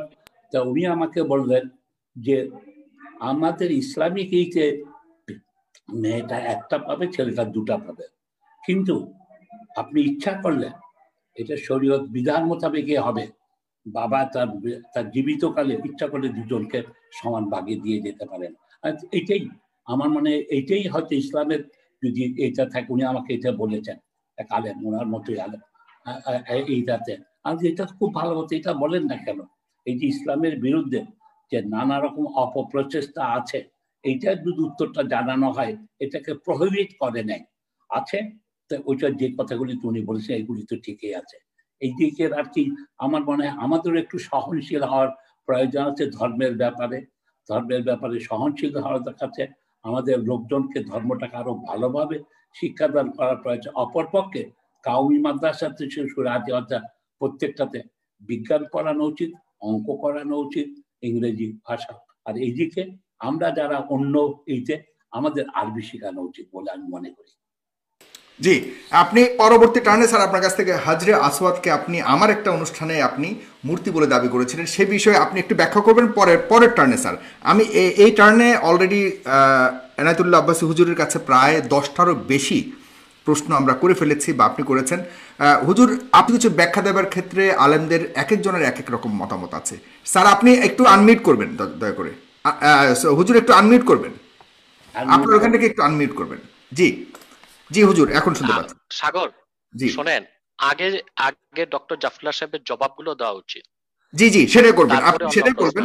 জি, হ্যাঁ, প্রথম হচ্ছে যে ডক্টর জাফরুল্লাহ সাহেব বলেছেন যে বৈজ্ঞানিক তথ্য আমি যা দিয়েছি তা ওনার সবটুকুন বিশ্বাস হয় না। উনি তো অনেক পুরানকালে বিজ্ঞান পড়েছে, আমরা তো এখন পড়ি। এই যে আমার হাতে অক্সফোর্ডের থিসিস দেখতে পাচ্ছেন, যেখানে man vs woman, physical and psychological and biological differences between man and woman. Cambridge বিশ্ববিদ্যালয়ের একজন বিজ্ঞান বিভাগের প্রফেসরের থিসিসকে যদি উড়িয়ে দেওয়া হয়, সেটার ব্যাপারে আমি কিছু বলতে চাই না। দ্বিতীয় যে বিষয়টি এসেছে যে উনি সম্পদের ব্যাপারে উনি মেনে নিতে পারছেন না, বিষয়টা স্পষ্ট। কোরআন হাদিসের কথা মানা না মানা এটা কারো ব্যক্তিগত বিষয়, আমরা কাউকে চাপিয়ে দিব না। আমি আগেই বলেছি মহাসত্যের সর্বোচ্চ মানদণ্ডে উত্তীর্ণ হচ্ছে কোরআন। কেউ যদি না বুঝে, মানুষকে আল্লাহ বুঝার মতো ক্ষমতাই বা কতটুকু দিয়েছেন? মানুষ যা কিছু দেখে বুঝে তার পঞ্চ ইন্দ্রিয় দিয়ে। পঞ্চ ইন্দ্রিয় চক্ষু, জাফরুল্লাহ সাহেবের চক্ষুর ক্ষমতাই বা কতটুকু, কানের ক্ষমতা কতটুকু, আমার চোখের ক্ষমতা কতটুকু? আমরা খালি চোখে 21 মাইল দেখতে পাই, আমরা কানে কতটুকু শুনি, আমরা শুনি যেই শব্দের কম্পাঙ্ক সেকেন্ডে 20,000-এর বেশি তা শুনি না, যে শব্দের কম্পাঙ্ক সেকেন্ডে 20-এর কম তাও শুনি না। আমরা এই ক্ষুদ্র পঞ্চেন্দ্রিয় নিয়ে বিজ্ঞান চর্চা করে কোরআন কারিমের কোনো কিছু নিয়ে সন্দেহ করাটা নির্বুদ্ধিতা ছাড়া কিছুই হবে না। আল্লাহ তাআলা যে অর্ধেক দিয়েছেন সম্পদ শুধু পিতার প্রাপ্ত সম্পদে মেয়েকে, সেটা মেয়েকে যেটা দিয়েছেন আল্লাহ তাআলা এটাই যৌক্তিক, এটাই বৈজ্ঞানিক, সামাজিক, রাজনৈতিক সকল মানদণ্ডে উত্তীর্ণ। কারণ মেয়েকে খরচ করার কোনো নির্দেশ নেই। পুরুষকে আল্লাহ যে সম্পদ ডবল দিয়েছেন তার উপর আল্লাহ ফরজ করে দিয়েছেন। আল্লাহ, আমি শেষ করি, জি জি জি মহোদয় আমি শেষ করি, আমি আপনার কথা শুনেছি, এখন আমি বলি আপনি একটু শুনুন। পুরুষকে আল্লাহ দিয়েছেন, ডবল দিয়েছেন একটি খাতে, কিন্তু খরচের দায়িত্ব সমস্ত পুরুষকে দিয়েছেন। মেয়েটি আবার তার স্বামীর ঘরে যাচ্ছে, সেখানে স্বামীর 2 আনা অংশ সে পাচ্ছে, সে তার আত্মীয় স্বজনের অংশ পাচ্ছে। মোটির উপর মেয়েটির সম্পূর্ণ ভরণ পোষণের দায়িত্ব তার স্বামীর, কিন্তু সে যে সম্পদ পেয়েছে তার সবটুকুন তাকে আল্লাহ তাআলা এক্সট্রা দিয়েছেন, এবং সেই সম্পদে স্বামীর কোনো হস্তক্ষেপ চলবে না। সকল বিচার মানদণ্ডে আল্লাহ তাআলার সিদ্ধান্তটাই সবচেয়ে উত্তম এবং সঠিক। বুঝতে না পারা সেটা আমাদের ব্যর্থতা। কয়েকটি প্রশ্ন তিনি করেছেন, সেটা হলো আমাদের হযরত জয়নবের যে বিষয়টি এসেছে, প্রথম প্রশ্ন হচ্ছে পর্দা নাজিল করেছেন সূরা আহজাবে। আল্লাহ তাআলা বলেন ওয়াকারনা ফি বুয়ুতিকুন্না ওয়ালা তাবাররাজনা তাবাররুজাল জাহিলিয়াতিল উলা। এই আয়াতের মাধ্যমে আল্লাহ তাআলা পর্দাকে ফরজ করেছেন। সূরা আহজাব 22 নম্বর পারা 33 নম্বর সূরা, আয়াত নাম্বার হচ্ছে 33, এবং এটা ফরজ করা হয়েছে 3য় হিজরিতে, যা তাফসীর রুহুল মাআনিতে এসেছে। এবং আল্লাহ রাব্বুল আলামিন পর্দার ব্যাপারে আরো বিস্তারিত আলোচনা করেছেন সূরা নূরে 18 পারা 24 নম্বর সূরা, সূরা আন-নূর। আল্লাহ তাআলা 31 নম্বর আয়াতে বলেন ওয়াকুল লিল মুমিনাতি ইয়াগদুদ্দা মিন আবসারিহিন্না ওয়া ইয়াহফাযনা ফুরুজাহুন্না ওয়া লা ইউবদিনা যিনাতাহুন্না ইল্লা মা যাহারা মিনহা ওয়াল ইয়াদরিবনা বিখুমুরিহিন্না আলা জুয়ুবিহিন্না। এই আয়াতের মাধ্যমে মহিলাগণ কি কি অঙ্গ ঢেকে বাইরে বের হবে, ঘরে না, সেই বিষয়টি আল্লাহ তাআলা ব্যাখ্যা করে দিয়েছেন। এবার আসুন, ডক্টর জাফরুল্লাহ সাহেব বলেছেন হযরত জয়নবের কথা জানতে চেয়েছেন তিনি, এর বেশি কিছু তিনি প্রশ্ন করেননি। মূলত পৃথিবীতে যারা সংশয়বাদী অবিশ্বাসী, তারা ইংরেজদের কিছু বিকৃত ইতিহাসকে পুঁজি করে ইসলামের বিপক্ষে মিসআন্ডারস্ট্যান্ডিং বা তথ্য সন্ত্রাস করছে। আমাদের দেশে অনেক বুদ্ধিজীবী যারা শিক্ষিত হওয়ার পরও সে মিসআন্ডারস্ট্যান্ডিং এর শিকার হয়ে গিয়েছে। যেমন ঐতিহাসিকদের মধ্যে একজন মুনাফিক ছিল, তার নাম ওয়াকেদি। সে কোরআন কারীম ও হাদিসের ক্ষেত্রে যে ব্যাখ্যা দিয়েছে, মুসলিম সমস্ত মুহাদ্দিসগণ তা প্রত্যাখ্যান করেছেন। অনেকেই বলেন ওয়াকিদির সাথে ইহুদি কানেক্টিভিটি ছিল। পরবর্তীতে আধুনিক কালে আব্দুল ফাদি নামে এক ব্যক্তি, যে ছিল খ্রিস্টান, কিন্তু মুসলিম নাম ধারণ করে সে অনেক বই লিখেছে ইসলামের পক্ষে, কিন্তু পক্ষে লিখে সে মধুর সাথে বিষ মিশিয়েছে মুসলমানদের মধ্যে সংশয় এবং সন্দেহ সৃষ্টি করার জন্য। আর ইংরেজ বা পশ্চিমা ঐতিহাসিকরা সবসময় ইসলামের ইতিহাসকে বিকৃত করেছে। আমি কয়েকটা উদাহরণ দিচ্ছি। গণিত শাস্ত্রের জনক জাবির ইবনে হাইয়ান, কিন্তু পশ্চিমা ঐতিহাসিকরা হিংসা ও বিদ্বেষের বশবর্তী হয়ে নামটা বিকৃত করেছে, মিস্টার জিবার নাম দিয়েছে তার, যেন পরবর্তী পৃথিবীর মানুষ না বুঝে যে গণিত শাস্ত্রের জনক একজন মুসলিম। ইসলামী সভ্যতার আলো ইউরোপ আমেরিকায় ছড়িয়েছে স্পেনে মুসলিমদের শাসনের মাধ্যমে। স্পেন জয় করেছেন হযরত ওনার নাম হচ্ছে তারেক। তিনি মরক্কোর যে অংশ দিয়ে স্পেন গিয়েছে সেটার নাম ইতিহাসে এসেছে জাবাল আত-তারেক, কিন্তু পশ্চিম ঐতিহাসিকগণ সেটা বিকৃত করে নাম দিয়েছে জিব্রাল্টা। এটা হচ্ছে ইসলামের প্রতি তাদের বিদ্বেষ, যেন মুসলিমদের মাধ্যমে ইউরোপ আমেরিকা সভ্যতা শিখেছে সেই ইতিহাসকে ঢেকে দেবার জন্য পশ্চিমারা ইতিহাসকে বিকৃত করেছে। শুধু তাই নয়, রসায়নের জনক ইমাম আল কামি রাহমাতুল্লাহ, তার নামটি ইংরেজরা পরিবর্তন করে রেখেছে ক্যামি। এভাবে যুগ হাজার বছর আগ থেকে অমুসলিমরা ইসলামের ইতিহাসকে বিকৃত করেছে। হযরত জয়নব রাদিয়াল্লাহু তাআলা আনহুর যে ঘটনাটা ইহুদিদের দোসর বা ইসলামের শত্রু মুনাফিকরা ভুল তাফসীর লিখেছে, আমরা সেই জীবাণুতে আক্রান্ত হয়ে আজকে ইসলাম সম্পর্কে ভুল ধারণা পোষণ করছি। হযরত জয়নবের ঘটনা কি তা তাফসীরে এসেছে, সহিহ হাদিসে এসেছে, সূরা আহজাবে এসেছে। ঘটনাটার মূলটা আমি বলে দিচ্ছি 1 মিনিটে। আল্লাহ রসুল মুহাম্মদ সাল্লাল্লাহু আলাইহি ওয়াসাল্লামের মাধ্যমে আল্লাহ তাআলা নবুয়ত ও রিসালাতের দরজা চিরতরে বন্ধ করে দিয়েছেন। আপনারা জানেন আল্লাহ রাসূল সাল্লাল্লাহু আলাইহি ওয়াসাল্লামের 4 জন ছেলে সন্তান ছিল, কিন্তু একজন ছেলে সন্তানকেও আল্লাহ তাআলা প্রাপ্ত বয়স্ক হতে দেননি। কেন দেননি? আল্লাহ কোরআন করিম সূরা আহজাবে স্পষ্ট করে দিয়েছেন 40 নম্বর আয়াতে, মা কানা মুহাম্মাদুন আবা আহাদিম মির রিজালিকুম ওয়ালাকির রাসূলুল্লাহি ওয়া খাতামান নাবিয়্যিন। মুহাম্মদ সাল্লাল্লাহু আলাইহি সাল্লাম তোমাদের কোন প্রাপ্তবয়স্ক পুরুষের পিতা নন, বরং তিনি আল্লাহর সর্বশেষ নবী ও রাসূল। ওনার পরে কোনো নবী নেই, ওনার পরে কোনো রাসূল নেই। আল্লাহ স্পষ্ট সূরা আহজাবে কথা বলেছেন। এই আয়াত কেন নাজিল হলো সেটা পড়তে হবে তাফসীরে, তাইলে হযরত জয়নবের ঘটনাটা আমাদের বুঝে আসবে। আমরা জানি যায়েদ ইবনুল হারেসা রাদিয়াল্লাহু তাআলা আনহু রাসূল করিম সাল্লাল্লাহু আলাইহি সাল্লামের গোলাম ছিল। আল্লাহ রাসূল সাল্লাল্লাহু আলাইহি সাল্লাম তাকে আযাদ করে দিয়েছিলেন এবং তাকে ছেলের মতো স্নেহ করতেন। হযরত যায়েদের কাছে হযরত জয়নবের বিয়ে হয়েছিল। হযরত জয়নব ছিলেন কুরাইশ বংশের মেয়ে, উচ্চ বংশের সম্ভ্রান্ত মেয়ে। মোটেও তিনি খুব একটা খুশি ছিলেন না হযরত যায়েদের মতো একজন গোলামের কাছে বিয়ে বসে। কিন্তু রাসূল করিম সাল্লাল্লাহু আলাইহি সাল্লাম, ইসলামে কোনো শ্রেণীবিন্যাস নেই, কোনো ক্লাসিফিকেশন নেই, কোনো সাদা নাই কালো নেই, কোনো বংশমর্যাদার মূল্য নেই। তার জন্য কুরাইশ বংশের মেয়ে হযরত জয়নবকে হযরত যায়েদকে কুরাইশরা মনে করতো আল্লাহ রাসূলের ছেলে। আল্লাহ রাসূল সাল্লাল্লাহু আলাইহি সাল্লামের ঔরসজাত প্রত্যেক ছেলে সন্তানকে আল্লাহ তাআলা তুলে নিয়েছেন একটি কথা, যে আমার নবী মুহাম্মদ সাল্লাল্লাহু আলাইহি ওয়াসাল্লাম শেষ নবী। এই আয়াতের ব্যাখ্যায় ইবনে আব্বাস রাদিয়াল্লাহু তাআলা আনহুমা ব্যাখ্যা করেছেন, রাসূলুল্লাহ চাচাতো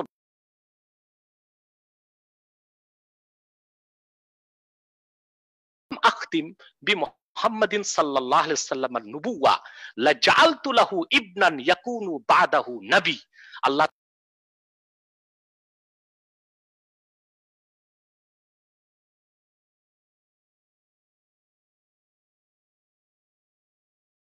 তাহলে আমি মুহাম্মদ সাল্লাল্লাহু আলাইহি সাল্লামের একজন ছেলে সন্তানকে জীবিত রাখতাম, যাকে আমি মুহাম্মদ সাল্লাল্লাহু আলাইহি সাল্লামের পরে নবী বানাতাম।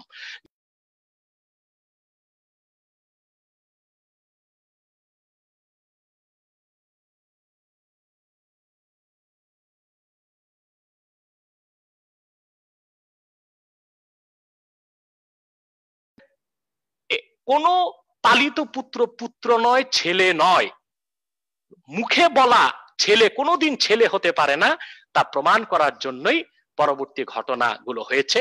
হযরত যায়েদের সাথে হযরত যায়েনবের বিবাহ ছিন্ন হয়েছে এবং হযরত যায়েনবের মনে কষ্ট ছিল।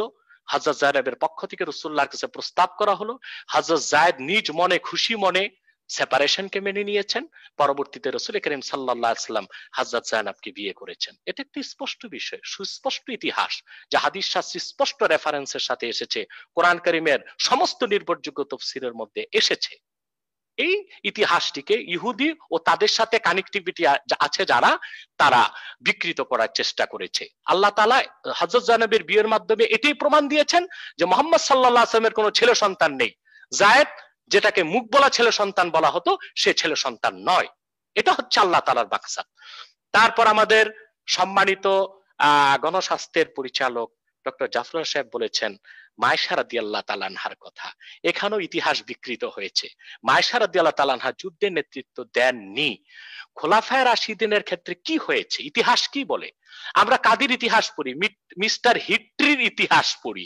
মিস্টার হিট্রি ছিল ইংরেজ, তার ইতিহাস পড়বো কেন? আমরা কার্লাইল এবং বার্নার্ড শোর ইতিহাস পড়বো কেন? আমার কাছে ইতিহাস আছে ইসলামের ইতিহাস, আল বেদায়া ওয়ান নেহায়া, যেটা ইবনে কাসির লিখেছেন। তারিখে দামেস্ক 80 খণ্ডে লেখা ইতিহাস। ইবনে আসাকিরের ইতিহাস, ইবনে খুলদুন সমাজ বিজ্ঞানের জনক যাকে বলা হয়, ওয়াফিয়াতুল আয়ানের লেখক। এই ইতিহাসগুলো পড়তে হবে খোলাফায়ে রাশিদিনের সঠিক ইতিহাস জানার জন্য। খোলাফায়ে রাশিদিনের সময় আবু বকর রাদিয়াল্লাহু তাআলা আনহু, ওনার স্বাভাবিক মৃত্যু হয়েছে। 2 বছর 6 মাস খেলাফতের দায়িত্ব পালন করার পর তিনি জান্নাতবাসী হয়েছেন। হযরত ওমর রাদিয়াল্লাহু তাআলা আনহু, ওনার মৃত্যুর কারণ কি ছিল? সেটা কোনো খেলাফত নিয়ে কোন্দল ছিল না, কোনো ব্যক্তি সংঘাত ছিল না। একজন অগ্নি পূজারীর বিচার করেছিলেন হযরত ওমর রাদিয়াল্লাহু তাআলা আনহু। মুগীরা ইবনে শুবা রাদিয়াল্লাহু তাআলা আনহুর গোলামির বিচার করেছিলেন। বিচারে হেরে যে অগ্নি পূজারী পারস্যবাসী, সে ফজর নামাজ পড়া অবস্থায় হযরত ওমরকে খঞ্জরের আঘাতে শহীদ করেছিল। সেটা খোলাফায়ে রাশিদিনের কোনো দ্বন্দ্ব ছিল না, খেলাফতের কোনো দ্বন্দ্ব ছিল না। হযরত ওমরকে হত্যাকারীকে ধরতে যে মসজিদ নববীতে 7 জন সাহাবী আততায়ীর হাতে নিহত হয়েছিল। পরবর্তীতে ক্ষমতায় খেলাফতের দায়িত্ব নিয়েছেন হযরত ওসমান রাদিয়াল্লাহু তাআলা আনহু। তিনি দায়িত্ব নেওয়ার পর হযরত ওমরের যুগে এক ইহুদি নেতা মুসলমান হয়েছিল, তার নাম হচ্ছে আব্দুল্লাহ বিন সাবা। মূলত সে ছিল মুনাফিক, অর্থাৎ বাহ্যিক মুসলমান হয়েছিল, মূলত সে মুসলিম হয়নি। পরবর্তীতে সিনাই উপত্যকা, মিশরের সিনাই উপত্যকাতে যে আব্দুল্লাহ বিন সাবা একটি ইহুদিদের নিয়ে দল গঠন করেছিল, যাকে ইতিহাসে বলা হয়েছে সাবাই চক্র। এই সাবাই চক্র মদিনা মুনাওয়ারাতে তাদের তৎকালীন বিভিন্ন গোয়েন্দা দালাল, তাদের দোসরদের মাধ্যমে হযরত ওসমান রাদিয়াল্লাহু তাআলা আনহুর বিরুদ্ধে একটি ভুল ধারণা আরবে সৃষ্টি করেছিল, বিশেষ করে আরবের মূল মদিনাতুল মুনাওয়ারাতে। তখন কিছু মুসলমান বিদ্রোহের কারণে হযরত ওসমান রাদিয়াল্লাহু তাআলা আনহুর বিরোধিতা করেছিল। হযরত ওসমান রাদিয়াল্লাহু তাআলা আনহুর বাড়ি 22 দিন ঘেরাও করে রাখা হয়েছিল। কি মুসলমানের কি দাবি ছিল? আব্দুল্লাহ বিন সাবা, ইহুদি সাবাই চক্র এটাই প্রচার করেছিল মুসলমানদের কাছে যে হযরত ওসমান রাদিয়াল্লাহু তাআলা আনহু সঠিকভাবে খেলাফতের দায়িত্ব পালন করছেন না। মুসলমানরা তখন জবাবদিহিতার জন্য হযরত ওসমানের অপসারণ চেয়েছিল, হযরত ওসমানকে অবরুদ্ধ করেছিল। হযরত আলী রাদিয়াল্লাহু তাআলা ওনার 2 সন্তান হাসান হোসেনকে তরবারি দিয়ে হযরত ওসমানের দরজায় দাঁড় করিয়ে দিয়েছিলেন, তোমাদের জীবন থাকতে যেন হযরত ওসমানের কোনো ক্ষতি না হয়। পিছন দিক থেকে বিদ্রোহীরা এসে হযরত ওসমানকে শহীদ করেছিল। হযরত ওসমানের শাহাদাতকে কেন্দ্র করে হযরত আলী এবং দামেস্কের শাসক হযরত মুয়াবিয়ার সংঘাত শুরু হয়েছিল। হযরত মুয়াবিয়া রাদিয়াল্লাহু তাআলা আনহু মিস আন্ডারস্ট্যান্ডিং ছিল, তার ভুল বুঝাবুঝি ছিল। সাবাই চক্র, এখন যেমন ইহুদিরা সারা পৃথিবীতে ইসলামের বিরুদ্ধে ইসলাম ফোবিয়া ছড়াচ্ছে, মিস আন্ডারস্ট্যান্ডিং করছে, সকল চ্যানেল তো তাদের হাতে। তাদের যে পূর্বপুরুষ ছিল আব্দুল্লাহ বিন সাবা, আব্দুল্লাহ বিন উবাই, তারাও ছিল এরকম কুচক্রী। তারা মিথ্যাটা বারবার বলতো যেন মানুষের মধ্যে বিভ্রান্তি সৃষ্টি হয়। তো মদিনা মুনাওয়ারা থেকে দামেস্কের দূরত্ব ছিল 15 দিনের। সাবাই চক্র সেখানেও যে হযরত মুয়াবিয়াকে ভুল বুঝিয়েছিল যে হযরত ওসমান রাদিয়াল্লাহু তাআলা আনহুর মৃত্যুর বিচার হযরত আলী কেন করছেন না, হযরত আলী কেন করেননি। ইতিহাস তার প্রমাণ দিয়েছে যে হযরত আলী রাদিয়াল্লাহু তাআলা আনহু মুসলিম খেলাফতের মধ্যে যে উত্তেজনা বিরাজ করছিল, যে ফিতনা ছিল, তিনি তা দমনের পর হযরত ওসমানের বিচার, যারা হত্যার সাথে জড়িত তাদের বিচারের কথা বলেছিলেন। কিন্তু ভুল বুঝার কারণে হযরত মুয়াবিয়ার সাথে হযরত ওসমান আলী রাদিয়াল্লাহু তাআলা আনহুর যুদ্ধ হয়েছে। আম্মাজান হযরত আয়েশা রাদিয়াল্লাহু তাআলা আনহা তখন পক্ষ নিয়েছিলেন হযরত ওসমান রাদিয়াল্লাহু তাআলা আনহুর, পক্ষ নিয়েছিলেন হযরত মুয়াবিয়ার। কিন্তু হযরত আলী রাদিয়াল্লাহু তাআলা আনহু হযরত আয়েশা রাদিয়াল্লাহু তাআলা আনহার সাথে কোনো দুর্ব্যবহার করেননি, বরং আব্দুল্লাহ বিন আব্বাসকে পাঠিয়ে আম্মাজান হযরত আয়েশাকে পুরো ব্যাখ্যা দেওয়ার পর আয়েশা রাদিয়াল্লাহু তাআলা আনহা তিনি মদিনা মুনাওয়ারাতে ফিরে এসেছিলেন এবং হযরত আয়েশা রাদিয়াল্লাহু তাআলা আনহার নিরাপত্তার জন্য হযরত আলী 250 সাহাবীকে সঙ্গে দিয়েছিলেন, যেন সসম্মানে হযরত আয়েশা রাদিয়াল্লাহু তাআলা আনহাকে মদিনাতুল মুনাওয়ারাতে পৌঁছিয়ে দেওয়া হয়। আম্মা জান আয়েশা রাদিয়াল্লাহু তাআলা আনহা সেখানে যুদ্ধে নেতৃত্ব দেননি, বরং তিনি সমর্থন জ্ঞাপন করার জন্য গিয়েছিলেন। সেটা নারী নেতৃত্বকে সাব্যস্ত করেন না। দ্বিতীয়, নারী নেতৃত্বকে তিনি যে প্রমাণ করতে চাচ্ছেন, আল্লাহ রাসূল সাল্লাল্লাহু আলাইহি ওয়াসাল্লাম কি বলেছেন নারী নেতৃত্বের ক্ষেত্রে, সেটা তো আমাদের বুঝে থাকা দরকার। আল্লাহ রাসূল সাল্লাল্লাহু আলাইহি ওয়াসাল্লাম নারী নেতৃত্বের ক্ষেত্রে কুফলতার কথা বলেছেন। কুফলতা অর্থাৎ পুরুষ নেতৃত্বে যে সফলতা আসবে, নারী নেতৃত্বে সেই সফলতা আসতে পারে না, সেটা হাদিসের অর্থ, যেটা আবু দাউদের মধ্যে এসেছে। রাসূল করিম সাল্লাল্লাহু আলাইহি ওয়াসাল্লাম ইরশাদ করেছেন, লা ইউফলিহা কওমুন ওয়াল্লাউ আমরাহুম ইমরাতান, যে জাতি তাদের শাসন ব্যবস্থার দায়িত্ব, রাষ্ট্র পরিচালনার দায়িত্ব নারীকে দিবে, সেই জাতি পুরোপুরি সফলতা কখনো লাভ করবে না। আল্লাহ রাসূলের এই হাদিসের বাস্তবতা দেখতে হলে আমেরিকাকে দেখেন। আমেরিকাতে ডেমোক্রেসি, গণতন্ত্রের বয়স 240 বছর পার হয়েছে। মিস্টার জো বাইডেন 46তম প্রেসিডেন্ট। যেই আমেরিকা সারা দুনিয়ায় নারীবাদী আন্দোলন করছে, নারী পুরুষের সমান অধিকার চাচ্ছে, 240 বছরের ইতিহাসে আমেরিকা একজন নারীকে প্রেসিডেন্ট কেন বানালো না? 46 জন প্রেসিডেন্টকে ক্ষমতায় বসিয়েছে, সব পুরুষকে, কারণ তারা মনে প্রাণে জানে মুহাম্মদ সাল্লাল্লাহু আলাইহি সাল্লাম 1500 বছর আগে যা বলেছেন তা মহাসত্য। সেজন্য তারা গোপনে হলেও আল্লাহ রাসূলের রাজনৈতিক আদর্শকে রাষ্ট্রীয়ভাবে গ্রহণ করেছে। কোন নারীকে আমেরিকাতে প্রেসিডেন্ট হতে দেয়নি 240 বছরের ইতিহাসে। 46 জন প্রেসিডেন্ট বসিয়েছে, নারীকে প্রেসিডেন্ট বানায় নাই। আল্লাহ রাসূলের একটি হাদিস মানার কারণে এখনো আমেরিকা সফলভাবে বিশ্বকে নেতৃত্ব দিচ্ছে।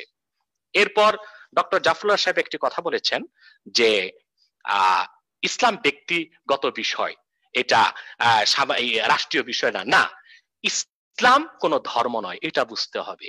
বৌদ্ধ, খ্রিস্টান, হিন্দু, ইহুদি এটা ধর্মের নাম, এটা সংস্কৃতির অংশ, সেটা ব্যক্তিগত জীবনে লালনীয় পালনীয়। ইসলাম হচ্ছে দিন, দিন অর্থ জীবন বিধান, সেটা ব্যক্তি জীবন, সমাজ জীবন, রাষ্ট্র জীবনে পালন করতে হবে। এটা আল্লাহর হুকুম। আল্লাহ সূরা হজ্জে বলেছেন, আল্লাযীনা ইম্মাক্কান্নাহুম ফিল আরদে আকামুস সালাহ ওয়া আতাউয যাকাহ ওয়া আমারু বিল মারুফ ওয়া নাহাউ আনিল মুনকার ওয়ালিল্লাহি আকিবাতুল উমুর। আল্লাহ সুবহানাহু ওয়া তাআলা বলেছেন, যদি আমি মুহাম্মদ সাল্লাল্লাহু আলাইহি সাল্লামের ঈমানদার উম্মতকে, যদি আমি মুহাম্মদ সাল্লাল্লাহু আলাইহি সাল্লামের ঈমানদার উম্মতকে রাষ্ট্র ক্ষমতার মালিক বানাই, রাষ্ট্রীয়ভাবে তারা নামাজ কায়েম করবে, যাকাত আদায় করবে, সৎ কাজে আদেশ করবে, অসৎ কাজে বাধা দিবে।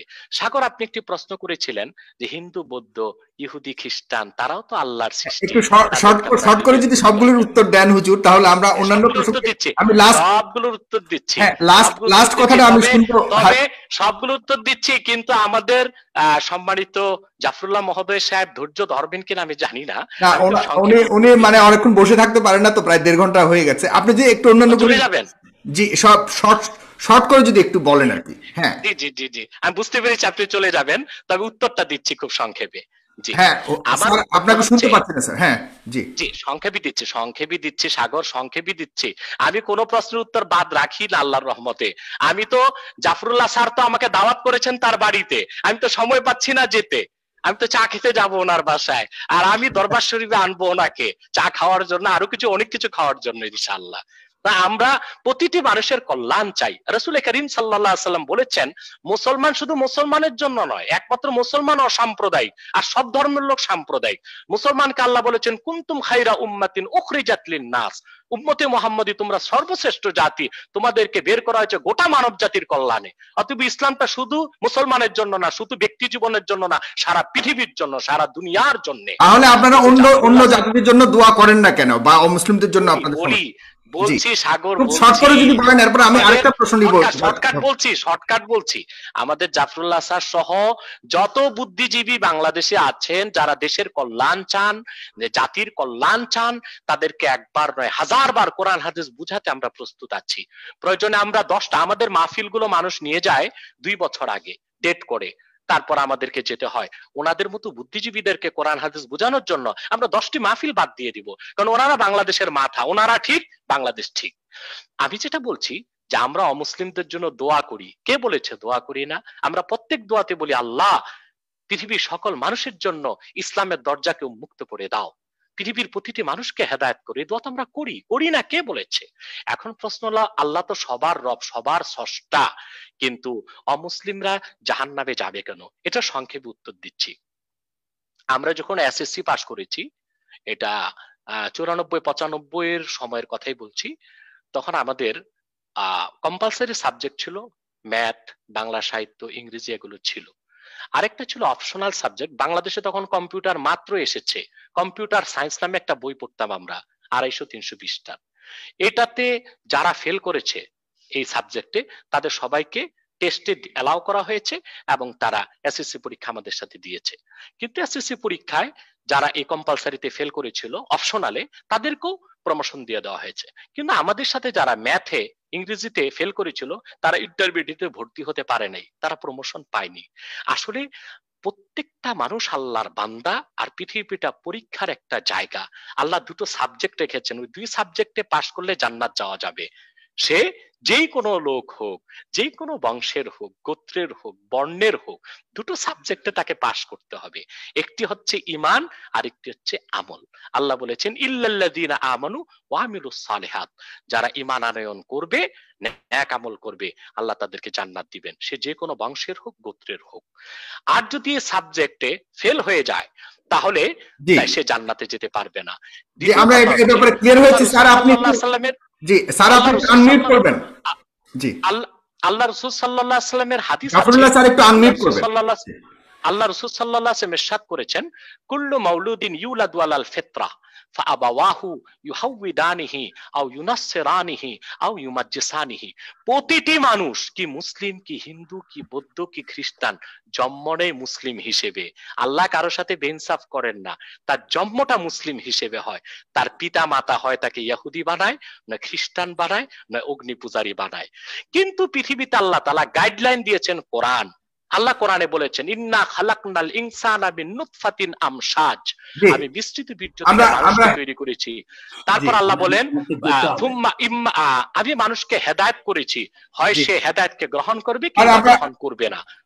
সুন্দর সুন্দর সুন্দর, আমরা খুব সুন্দরভাবে এটার উত্তরটা জেনেছি। স্যার, আপনার লাস্ট 2 মিনিট যে আপনি যদি একটু স্যার বলেন, হাজরে আসওয়াদ সম্পর্কে আপনি একটু মন্তব্য করেছিলেন, যে বিষয়টা আমরা যেহেতু খুবই ওটা নিয়ে এখন সময় নেই। আমি দুটা ছোট প্রশ্নের উত্তর জানতে চাই। আমাদের এখানে সম্প্রতি 2 বিচারক বলেছেন যে মেয়েরা নিকাহ রেজিস্টার হতে পারবে না, কারণ ওনাদের মাসিক হয়। এই ব্যাপারে ধর্মের বিধান কি? ম্যারিজ রেজিস্টার হতে পারবে না আমাদের মহিলারা, এমনকি লেখাপড়া আলেম পাশ করেও না। এই ব্যাপারে আপনার মতামতটা কি? আর দ্বিতীয়তটা আমি যেটা জানতে চাই হলো, রাসূলুল্লাহর স্ত্রীদের কি পুনর্বিবাহ অ্যালাউড আছে কি নাই? আচ্ছা, এই দুটো উত্তর দিচ্ছি। সাগর, আপনি ওপেন করেন। প্রথম, বিচারকরা বাংলাদেশে যে রায় দিয়েছেন মহিলারা ম্যারিজ রেজিস্টার হতে পারবে না, না, ম্যারিজ রেজিস্টার হবার জন্য ঋতু হওয়া না হওয়ার কোনো বিষয় না। মহিলারা যদি অন্য চাকরি বাকরি পেতে পারে, ম্যারিজ রেজিস্ট্রারির চাকরিও পেতে পারবে, এতে তেমন কোনো সমস্যা নেই। কিন্তু সামাজিক প্রতিবন্ধকতা সৃষ্টি হতে পারে, সেটা একটা ভিন্ন বিষয়। কারণ মহিলারা সব জায়গায় যেতে পারবে না, বিয়ে রাতে হয় দিনে হয়। ম্যারিজ রেজিস্টার হলে তো তাকে রাতও দৌড়িয়ে দৌড়িয়ে যেতে হবে মানুষের বাড়িতে। সে তো দারোগা পুলিশ হইতে পারবে, বিমানিক হতে পারবে, আর ম্যারিজ রেজিস্টার হতে পারবে না। এটা কোনো যুক্তির কথা হলো? না, আমি নিষেধ করছি না, আমি নিষেধ করছি না। একটা হচ্ছে অনুমোদন, আরেকটা হচ্ছে নির্দেশ, আরেকটা হচ্ছে উৎসাহ। অনুমোদন পাওয়া এক জিনিস, দ্বিতীয় রাইট। দ্বিতীয় যে প্রশ্ন করেছেন আল্লাহ রসুলের স্ত্রীদের ব্যাপারে, আল্লাহ রসুলের স্ত্রীদের ব্যাপারে, না, কেন হবে না? পুনর্বিবাহ মানে ১৫০০ বছর আগে আল্লাহ রসুল নবী মুহাম্মদ সাল্লাল্লাহু আলাইহি সাল্লামের আল্লাহর কাছে চলে যাওয়ার পরে আম্মাজান যারা স্ত্রী ছিলেন ওনাদেরকে বিয়ে করা আল্লাহ হারাম করে দিয়েছিলেন। কারণ আল্লাহ কোরআনে বলেছেন, আল্লাহ বলেছেন, আন-নাবিয়্যু আওলা বিল মুমিনিনা মিন আনফুসিহিম ওয়া আজওয়াজুহু উম্মাহাতুল লাহুম। মুহাম্মদ সাল্লাল্লাহু আলাইহি সাল্লাম তোমাদের নিকট তোমাদের জীবনের চেয়ে অধিক প্রিয়, আর ওনার স্ত্রীগণ তোমাদের মা। অতএব সন্তানরা মাকে বিয়ে করতে পারে না, আল্লাহ নিষেধ করে দিয়েছেন, হারাম করে দিয়েছিলেন। এই জন্য কোন সাহাবী বিয়ের চিন্তাও করেননি, মা হিসেবে শ্রদ্ধা করেছেন। এটা হতে পারে কিনা রাসূলুল্লাহ এত বড় প্রেমিক ছিলেন যে তার স্ত্রীরা অন্য কাউকে বিয়ে করুক, এটা উনি মেনে নিতে পারেন নাই, তাই খোদার কাছে চেয়ে এই জাতীয় সূরা অবতীর্ণ করেছেন। কি কি আবার একটু কথাটা শুনতে চাই। আমি জানতে চাই, আমার কাছে আশ্চর্য মনে হয় ওরা প্রত্যেকটা বৈজ্ঞানিক ভাবে সূরাগুলি আছে, কিন্তু এই রাসূলুল্লাহর স্ত্রীকে যে পুনর্বিবাহ হতে পারবে না, তারা হঠাৎ আম্মাজান হয়ে যাবেন ওনার স্ত্রী, এটা কেমন কথা? যাক, আমি আর এটা বলি আমি বলছি আপনাকে আপনার এই প্রশ্ন উত্তর দিচ্ছি।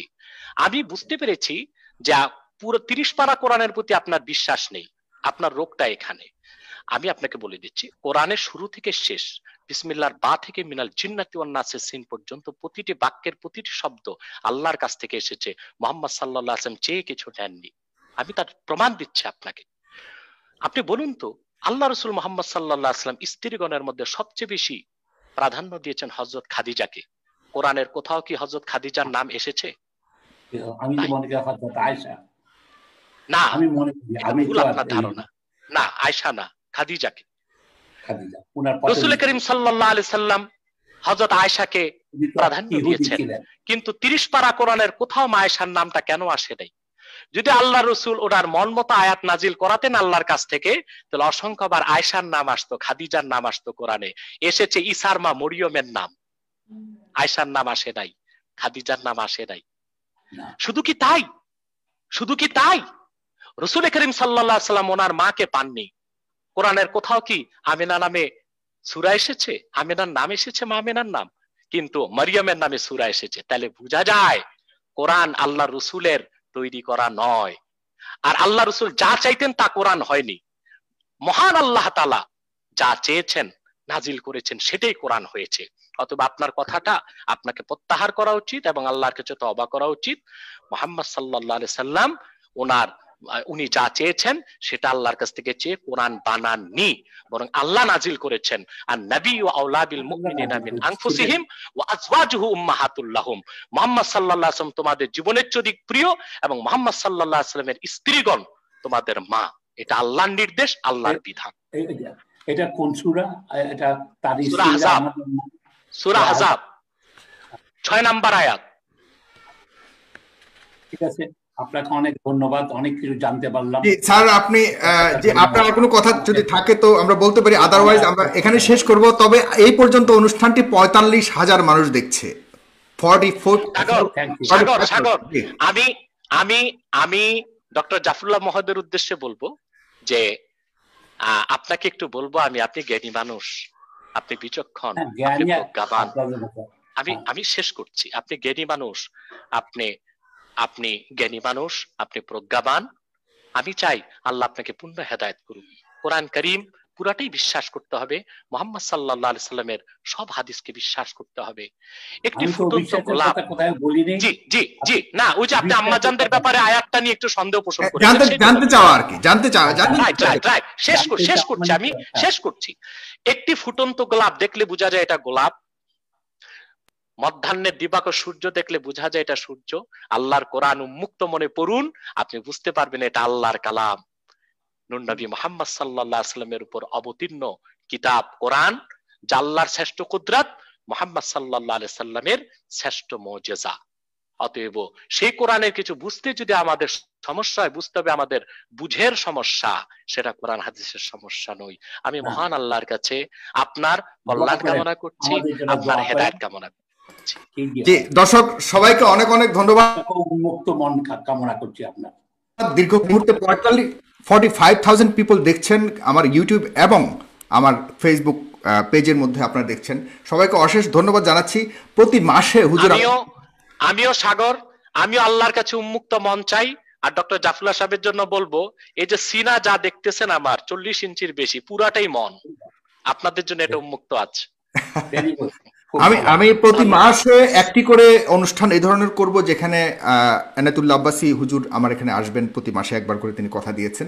এবং যদি এই ধরনের প্রশ্ন একদম জাফরুল্লাহ স্যারদের সমমানের কেউ যদি আসলে এনায়েতুল্লাহ আব্বাসী হুজুরের সাথে বসতে চান, এই বিষয়ে প্রশ্ন রাখতে চান, উনি সবসময় বলেছেন ওনার দরজা খোলা, উনি যে কোনো প্রশ্ন উত্তর দিতে রাজি আছেন। সুতরাং এটা একটি বিশাল বিষয়। আমাদের মধ্যে কেন এই ইসলামের বিরুদ্ধ আর ইসলামের পক্ষে কেন একটি গ্যাপ থাকবে?